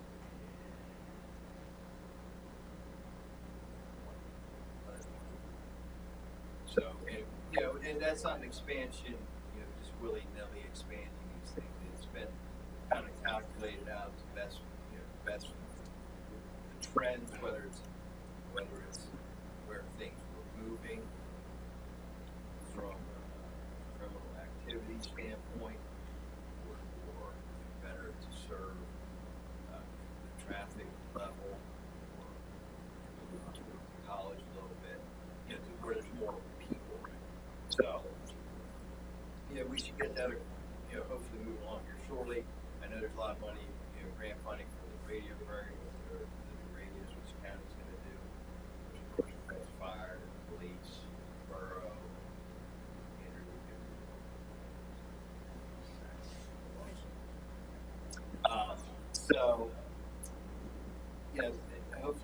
like I said, so the things in the capital budget are radios, some of the stuff in the building, hybridization, of course, after this year in 2023, should be at 70% hybrid police vehicles.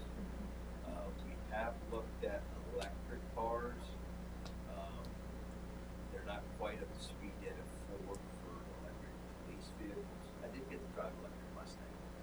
Very fast. Not good. It showed that it went very smooth. Mustang is not a so you got. You say with a little discipline. Yeah. You got to put people in the back, and you got to put stuff in the trunk, and lights and stuff. But we've been looking at that, and Chief had, ideas with covered parking and, maybe, moving forward, if Borough chooses to go to electric vehicles, start planning now for charging those vehicles, because we can charge that to police fleet if we continue to get those service stations along the line. So, and then break away chargers and stuff, because cops sometimes forget to plug and spend $365 every time. So we were talking with somebody about that. The sit data. So those are the highlights. I can probably talk about more stuff, but I know we're here on it. It's snowing out there. If you have any questions, I'm more than happy to answer. Any questions, comments? Thank you. Maybe you're up.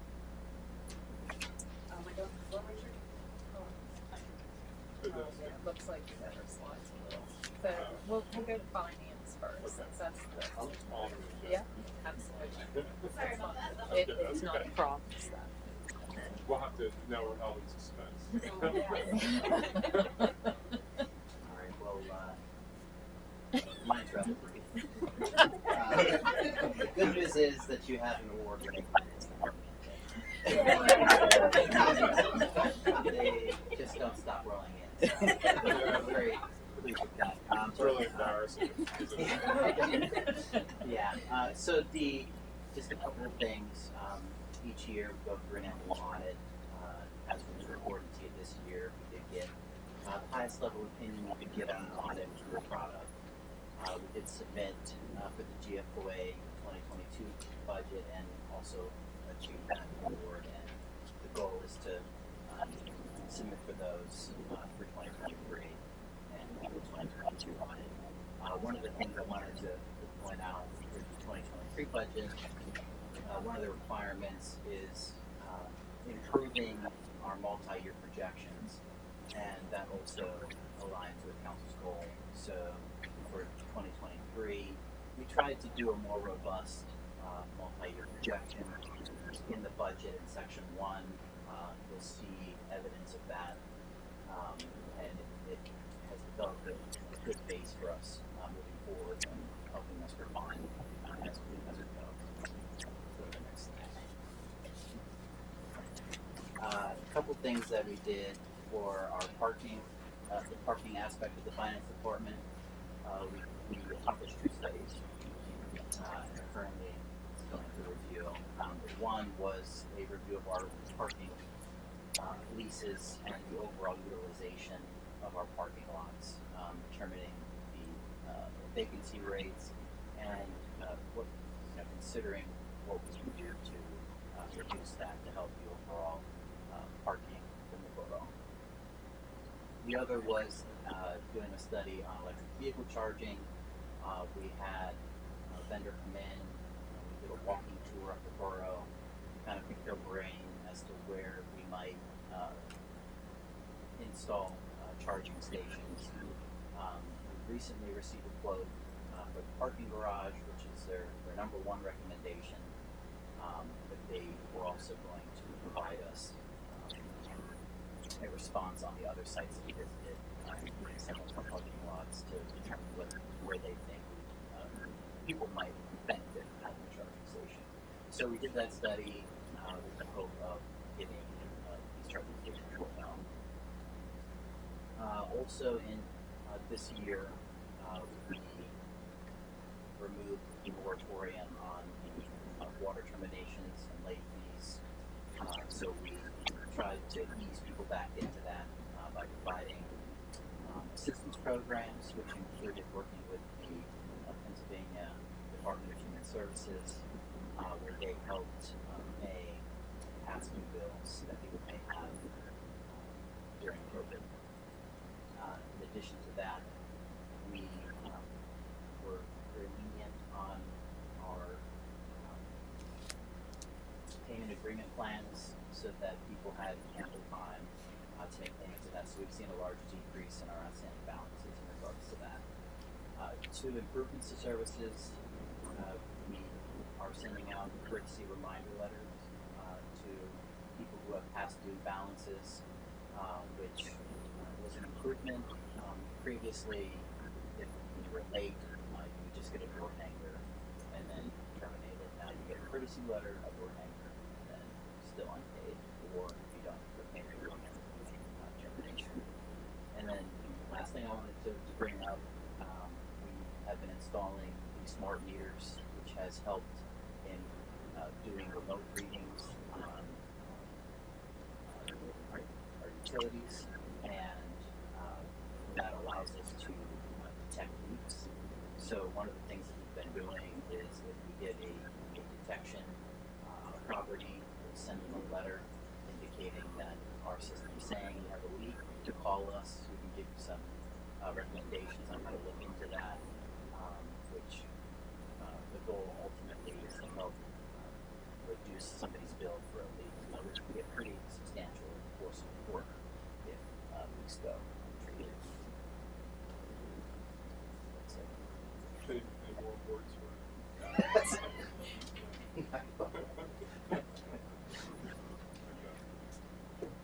Hey, don't feel intimidated, but it's the dusting background we have, I'm sure, you know. I really can't. I will do my best. I'm not nearly as eloquent as everybody before me. I literally have one slide. So That's okay.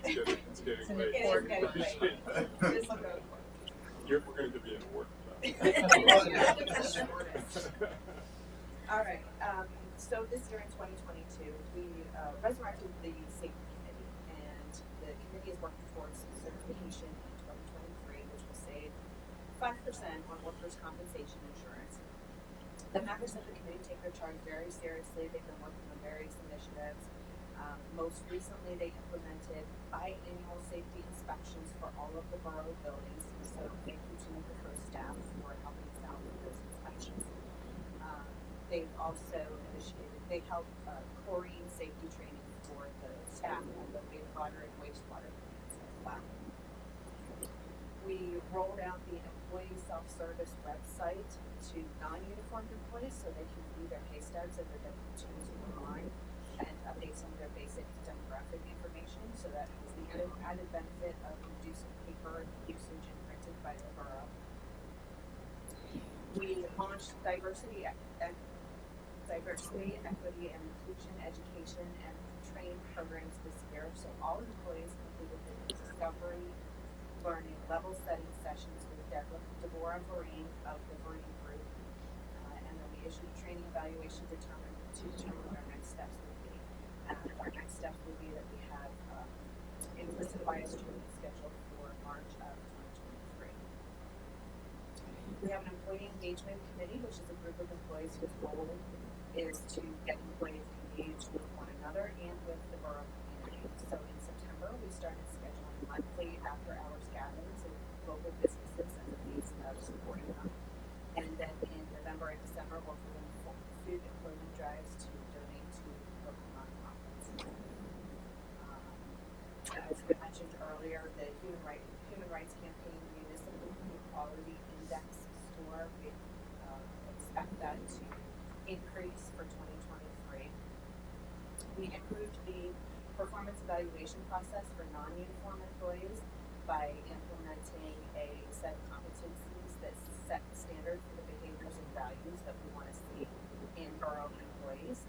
So the process requires employees to do a self-evaluation, which provides them an opportunity to reflect on their own performance, identify their areas of successes, areas where they need to develop, and think about goals they would like to achieve and whether they've achieved past goals.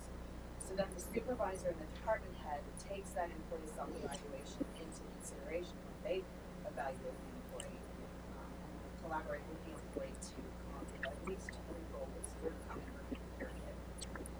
So as part of that, we'll continue to encourage and support professional development such as obtaining and maintaining skills and certifications.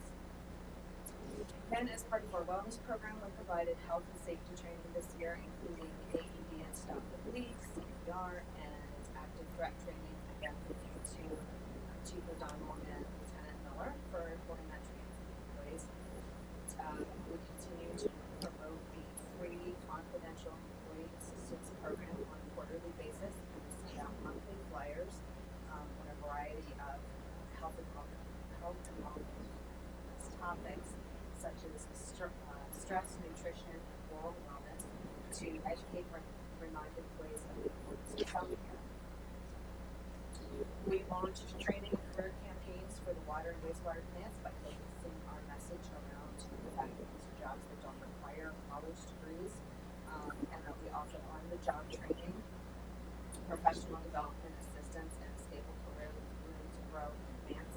We did a door hanger campaign to encourage borough residents to apply for our jobs, and when staff give tours at the plant, the water plant, wastewater plant, they also talk about and encourage people to consider careers in water and wastewater. As Mark said earlier, those are not very well known or popular areas and trades that people really think about as far as getting into manufacturing. So we try to promote that as much as possible. And lastly, we continue to assess department structures and work with the goal of identifying process improvements and opportunities for efficiency. Recently, the payroll function moved from finance to human resources, and we also continue to strategically align staff and to assess operations, align staff to maintain and enhance our programs and services. So the vision for 2023 is to first and foremost implement a full response pilot program that provides effective responses to people experiencing mental health crisis, that minimizes risk to harm and stigmatization, and that strengthens the network of first responders. We'll continue integrating diversity, equity, and inclusion education program into the borough culture, and we'll continue engaging in developing our employees through training programs and customer service, using technology, and leadership skills. We'll expand the wellness program to get employees more active and engaged in ways that contribute to improved health and habits. And we'll continue assessing borough operations to identify opportunities for efficiencies, improvements, and collaboration, including monitoring our open positions and developing strategies to address organizational needs and advance our mission. And we will continue identifying ways to enhance residents and give back to the community. Any questions or comments? You're in charge of domestic water resources now, so that's right. You guys last.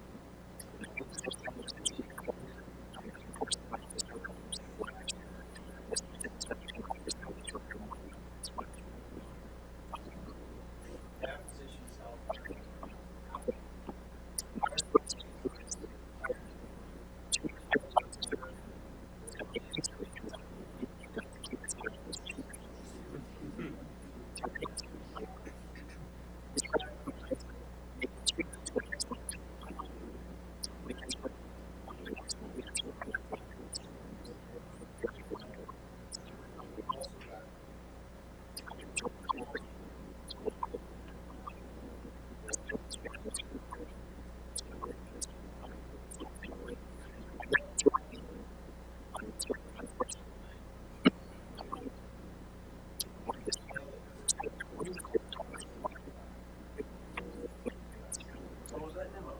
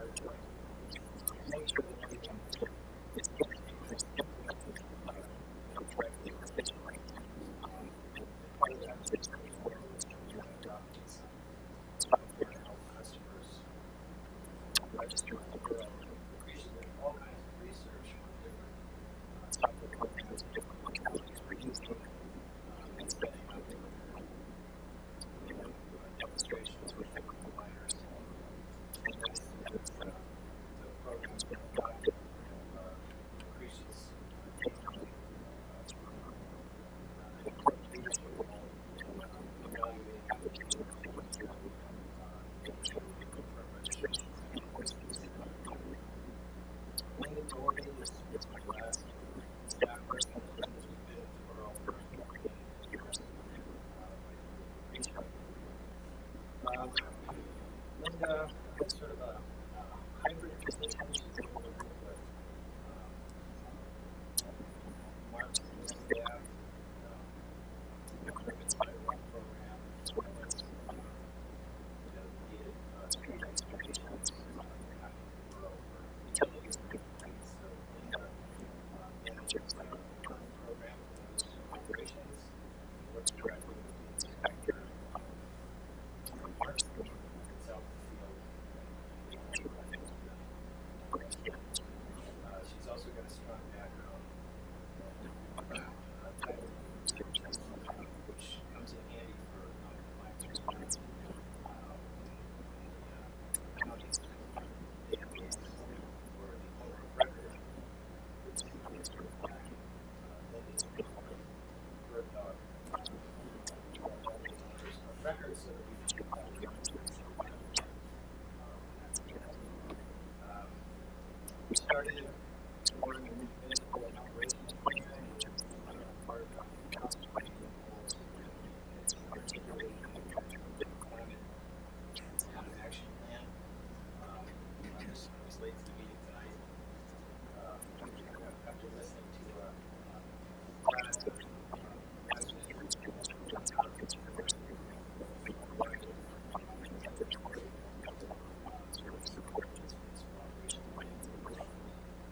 very nice.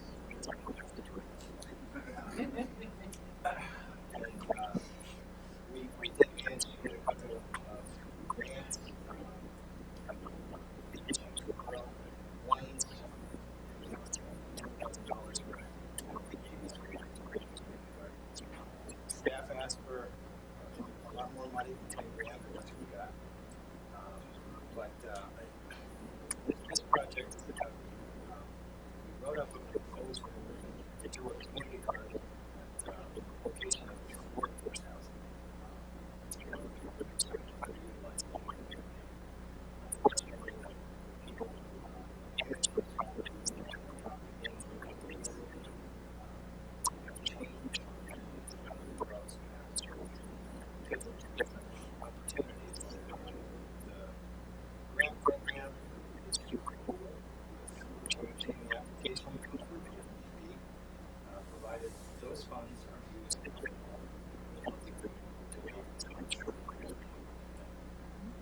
there's another chunk of money that we got from certification certified local government program.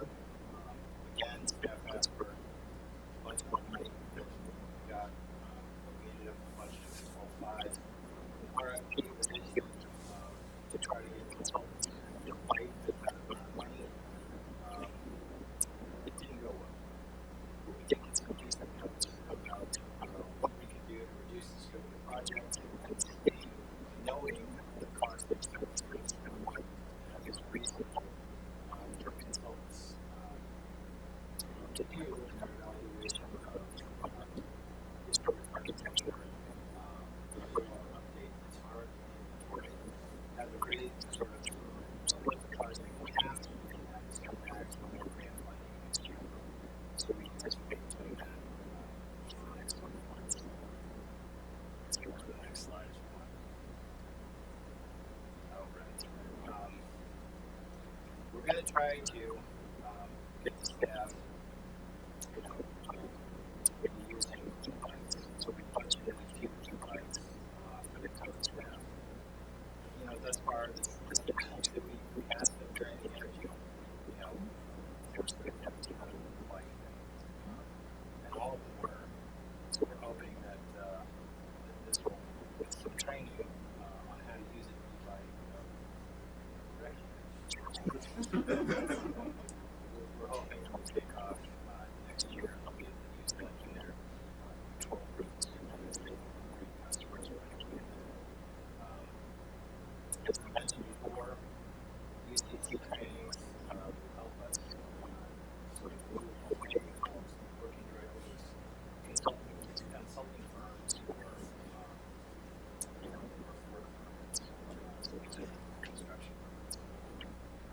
for next year, the council, adopted a whole bunch of goals for the goals in their budget.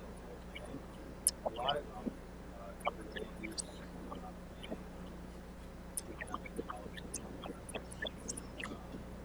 I noted just a few of them for tonight that have been on my mind. Zoning changes at the beginning of the year, climate action plan. The council wants to take another peek at that and see if there's an opportunity to make some tweaks to the zoning ordinance. Parking, maximum speed limits. We're sort of evaluating that based on land uses and best practices. Activating underutilized spaces. That's going to be sort of an interesting one. My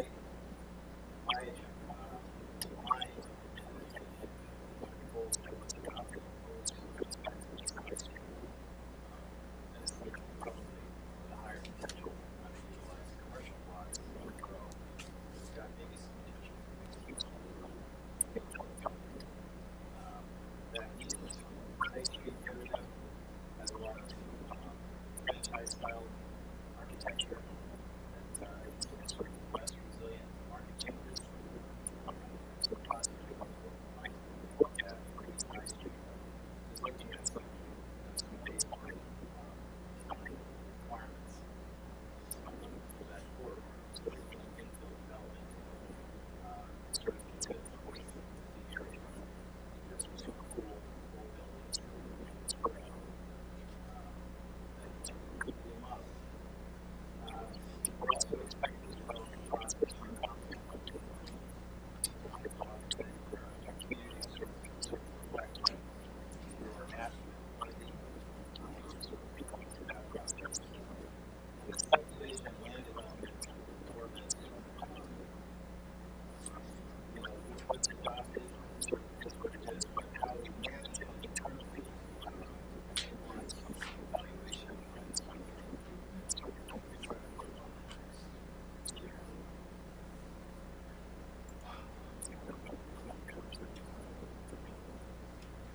Thank you for doing double duty today.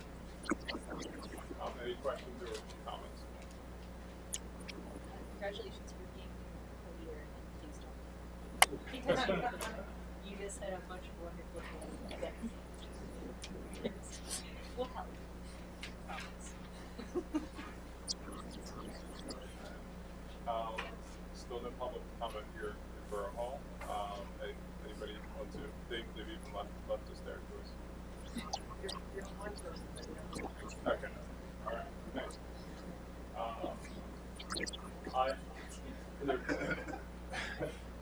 Any comments generally on the budget from council? Any requests for revision to the budget?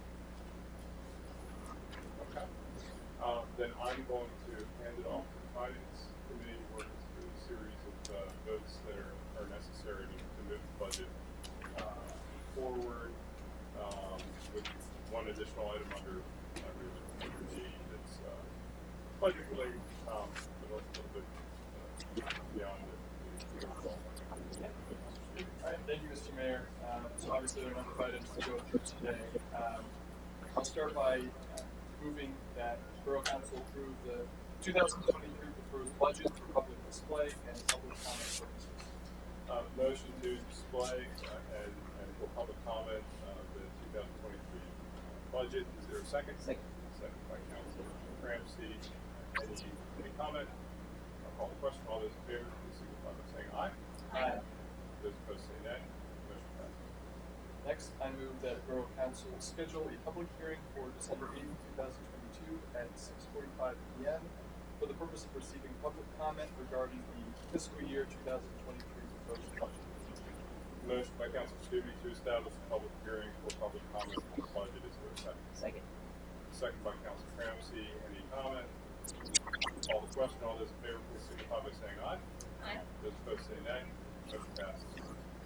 I next move that Borough Council authorize the drafting and advertising of the following ordinances: firearm tax ordinance. Just to clarify, should we approach each of these as individual motions or all of them at once? We can do it by one. Okay, so, again, I move that Borough Council authorize the drafting and advertising of the following ordinances. An ordinance levying a tax for general borough purposes for calendar year 2023 and succeeding years until altered by Borough Council at the rate of 3.058 mils for each dollar of assessed valuation of real estate. Furthermore, retaining the fire service appropriations tax of 0.437 mils on each dollar of assessed valuation for year 2023 and succeeding years until altered by Borough Council. An ordinance adopting water rates of $5.95 per 100 cubic feet for water rentals and charges for consumption billed subsequent to January 1st, 2023. An ordinance adopting sewer rates of $7.66 per 100 cubic feet for sewer rentals and charges for discharge billed subsequent to January 1st, 2023. And ordinance adopting a monthly stormwater rate of $7 per ERU billed subsequent to January 1st, 2023. And finally, an ordinance adding a fee of $75 per quarter per residence for trash collection and setting a fee of $6.92 per additional tag or tag bag effective January 1st, 2020. Motion by Councilor Stubbe on drafting and advertising the 5 ordinances necessary to implement the budget on ordinances on tax and fire, tax and fire ordinance, water rated ordinance, sewer rated ordinance, stormwater fee ordinance, and solid waste recycling ordinance. Is there a second? Second. Second by Councilor Ramsey. Any comment? I'll call the question. All those in favor, please indicate by saying aye. Aye. Those opposed say nay. Motion passes. And finally, this evening, I move that Borough Council consider approval of the zoning hearing board solicitor rate of $185 per hour effective January 1st, 2020. Motion by Councilor Stubbe for the approval of the zoning hearing board solicitor's new rate for 2023. Is there a second? Second. Second by Councilor Ramsey. Any comment? Call the question. All those in favor, please signify by saying aye. Aye. Those opposed say nay. Motion passes. With that concludes the budget and finance related action items for this evening. Thank you, Councilor Stubbe. And I'll just one final thank you to all of you for being here tonight. It's long. Hopefully, you all picked up on some things that maybe you didn't know other departments were doing.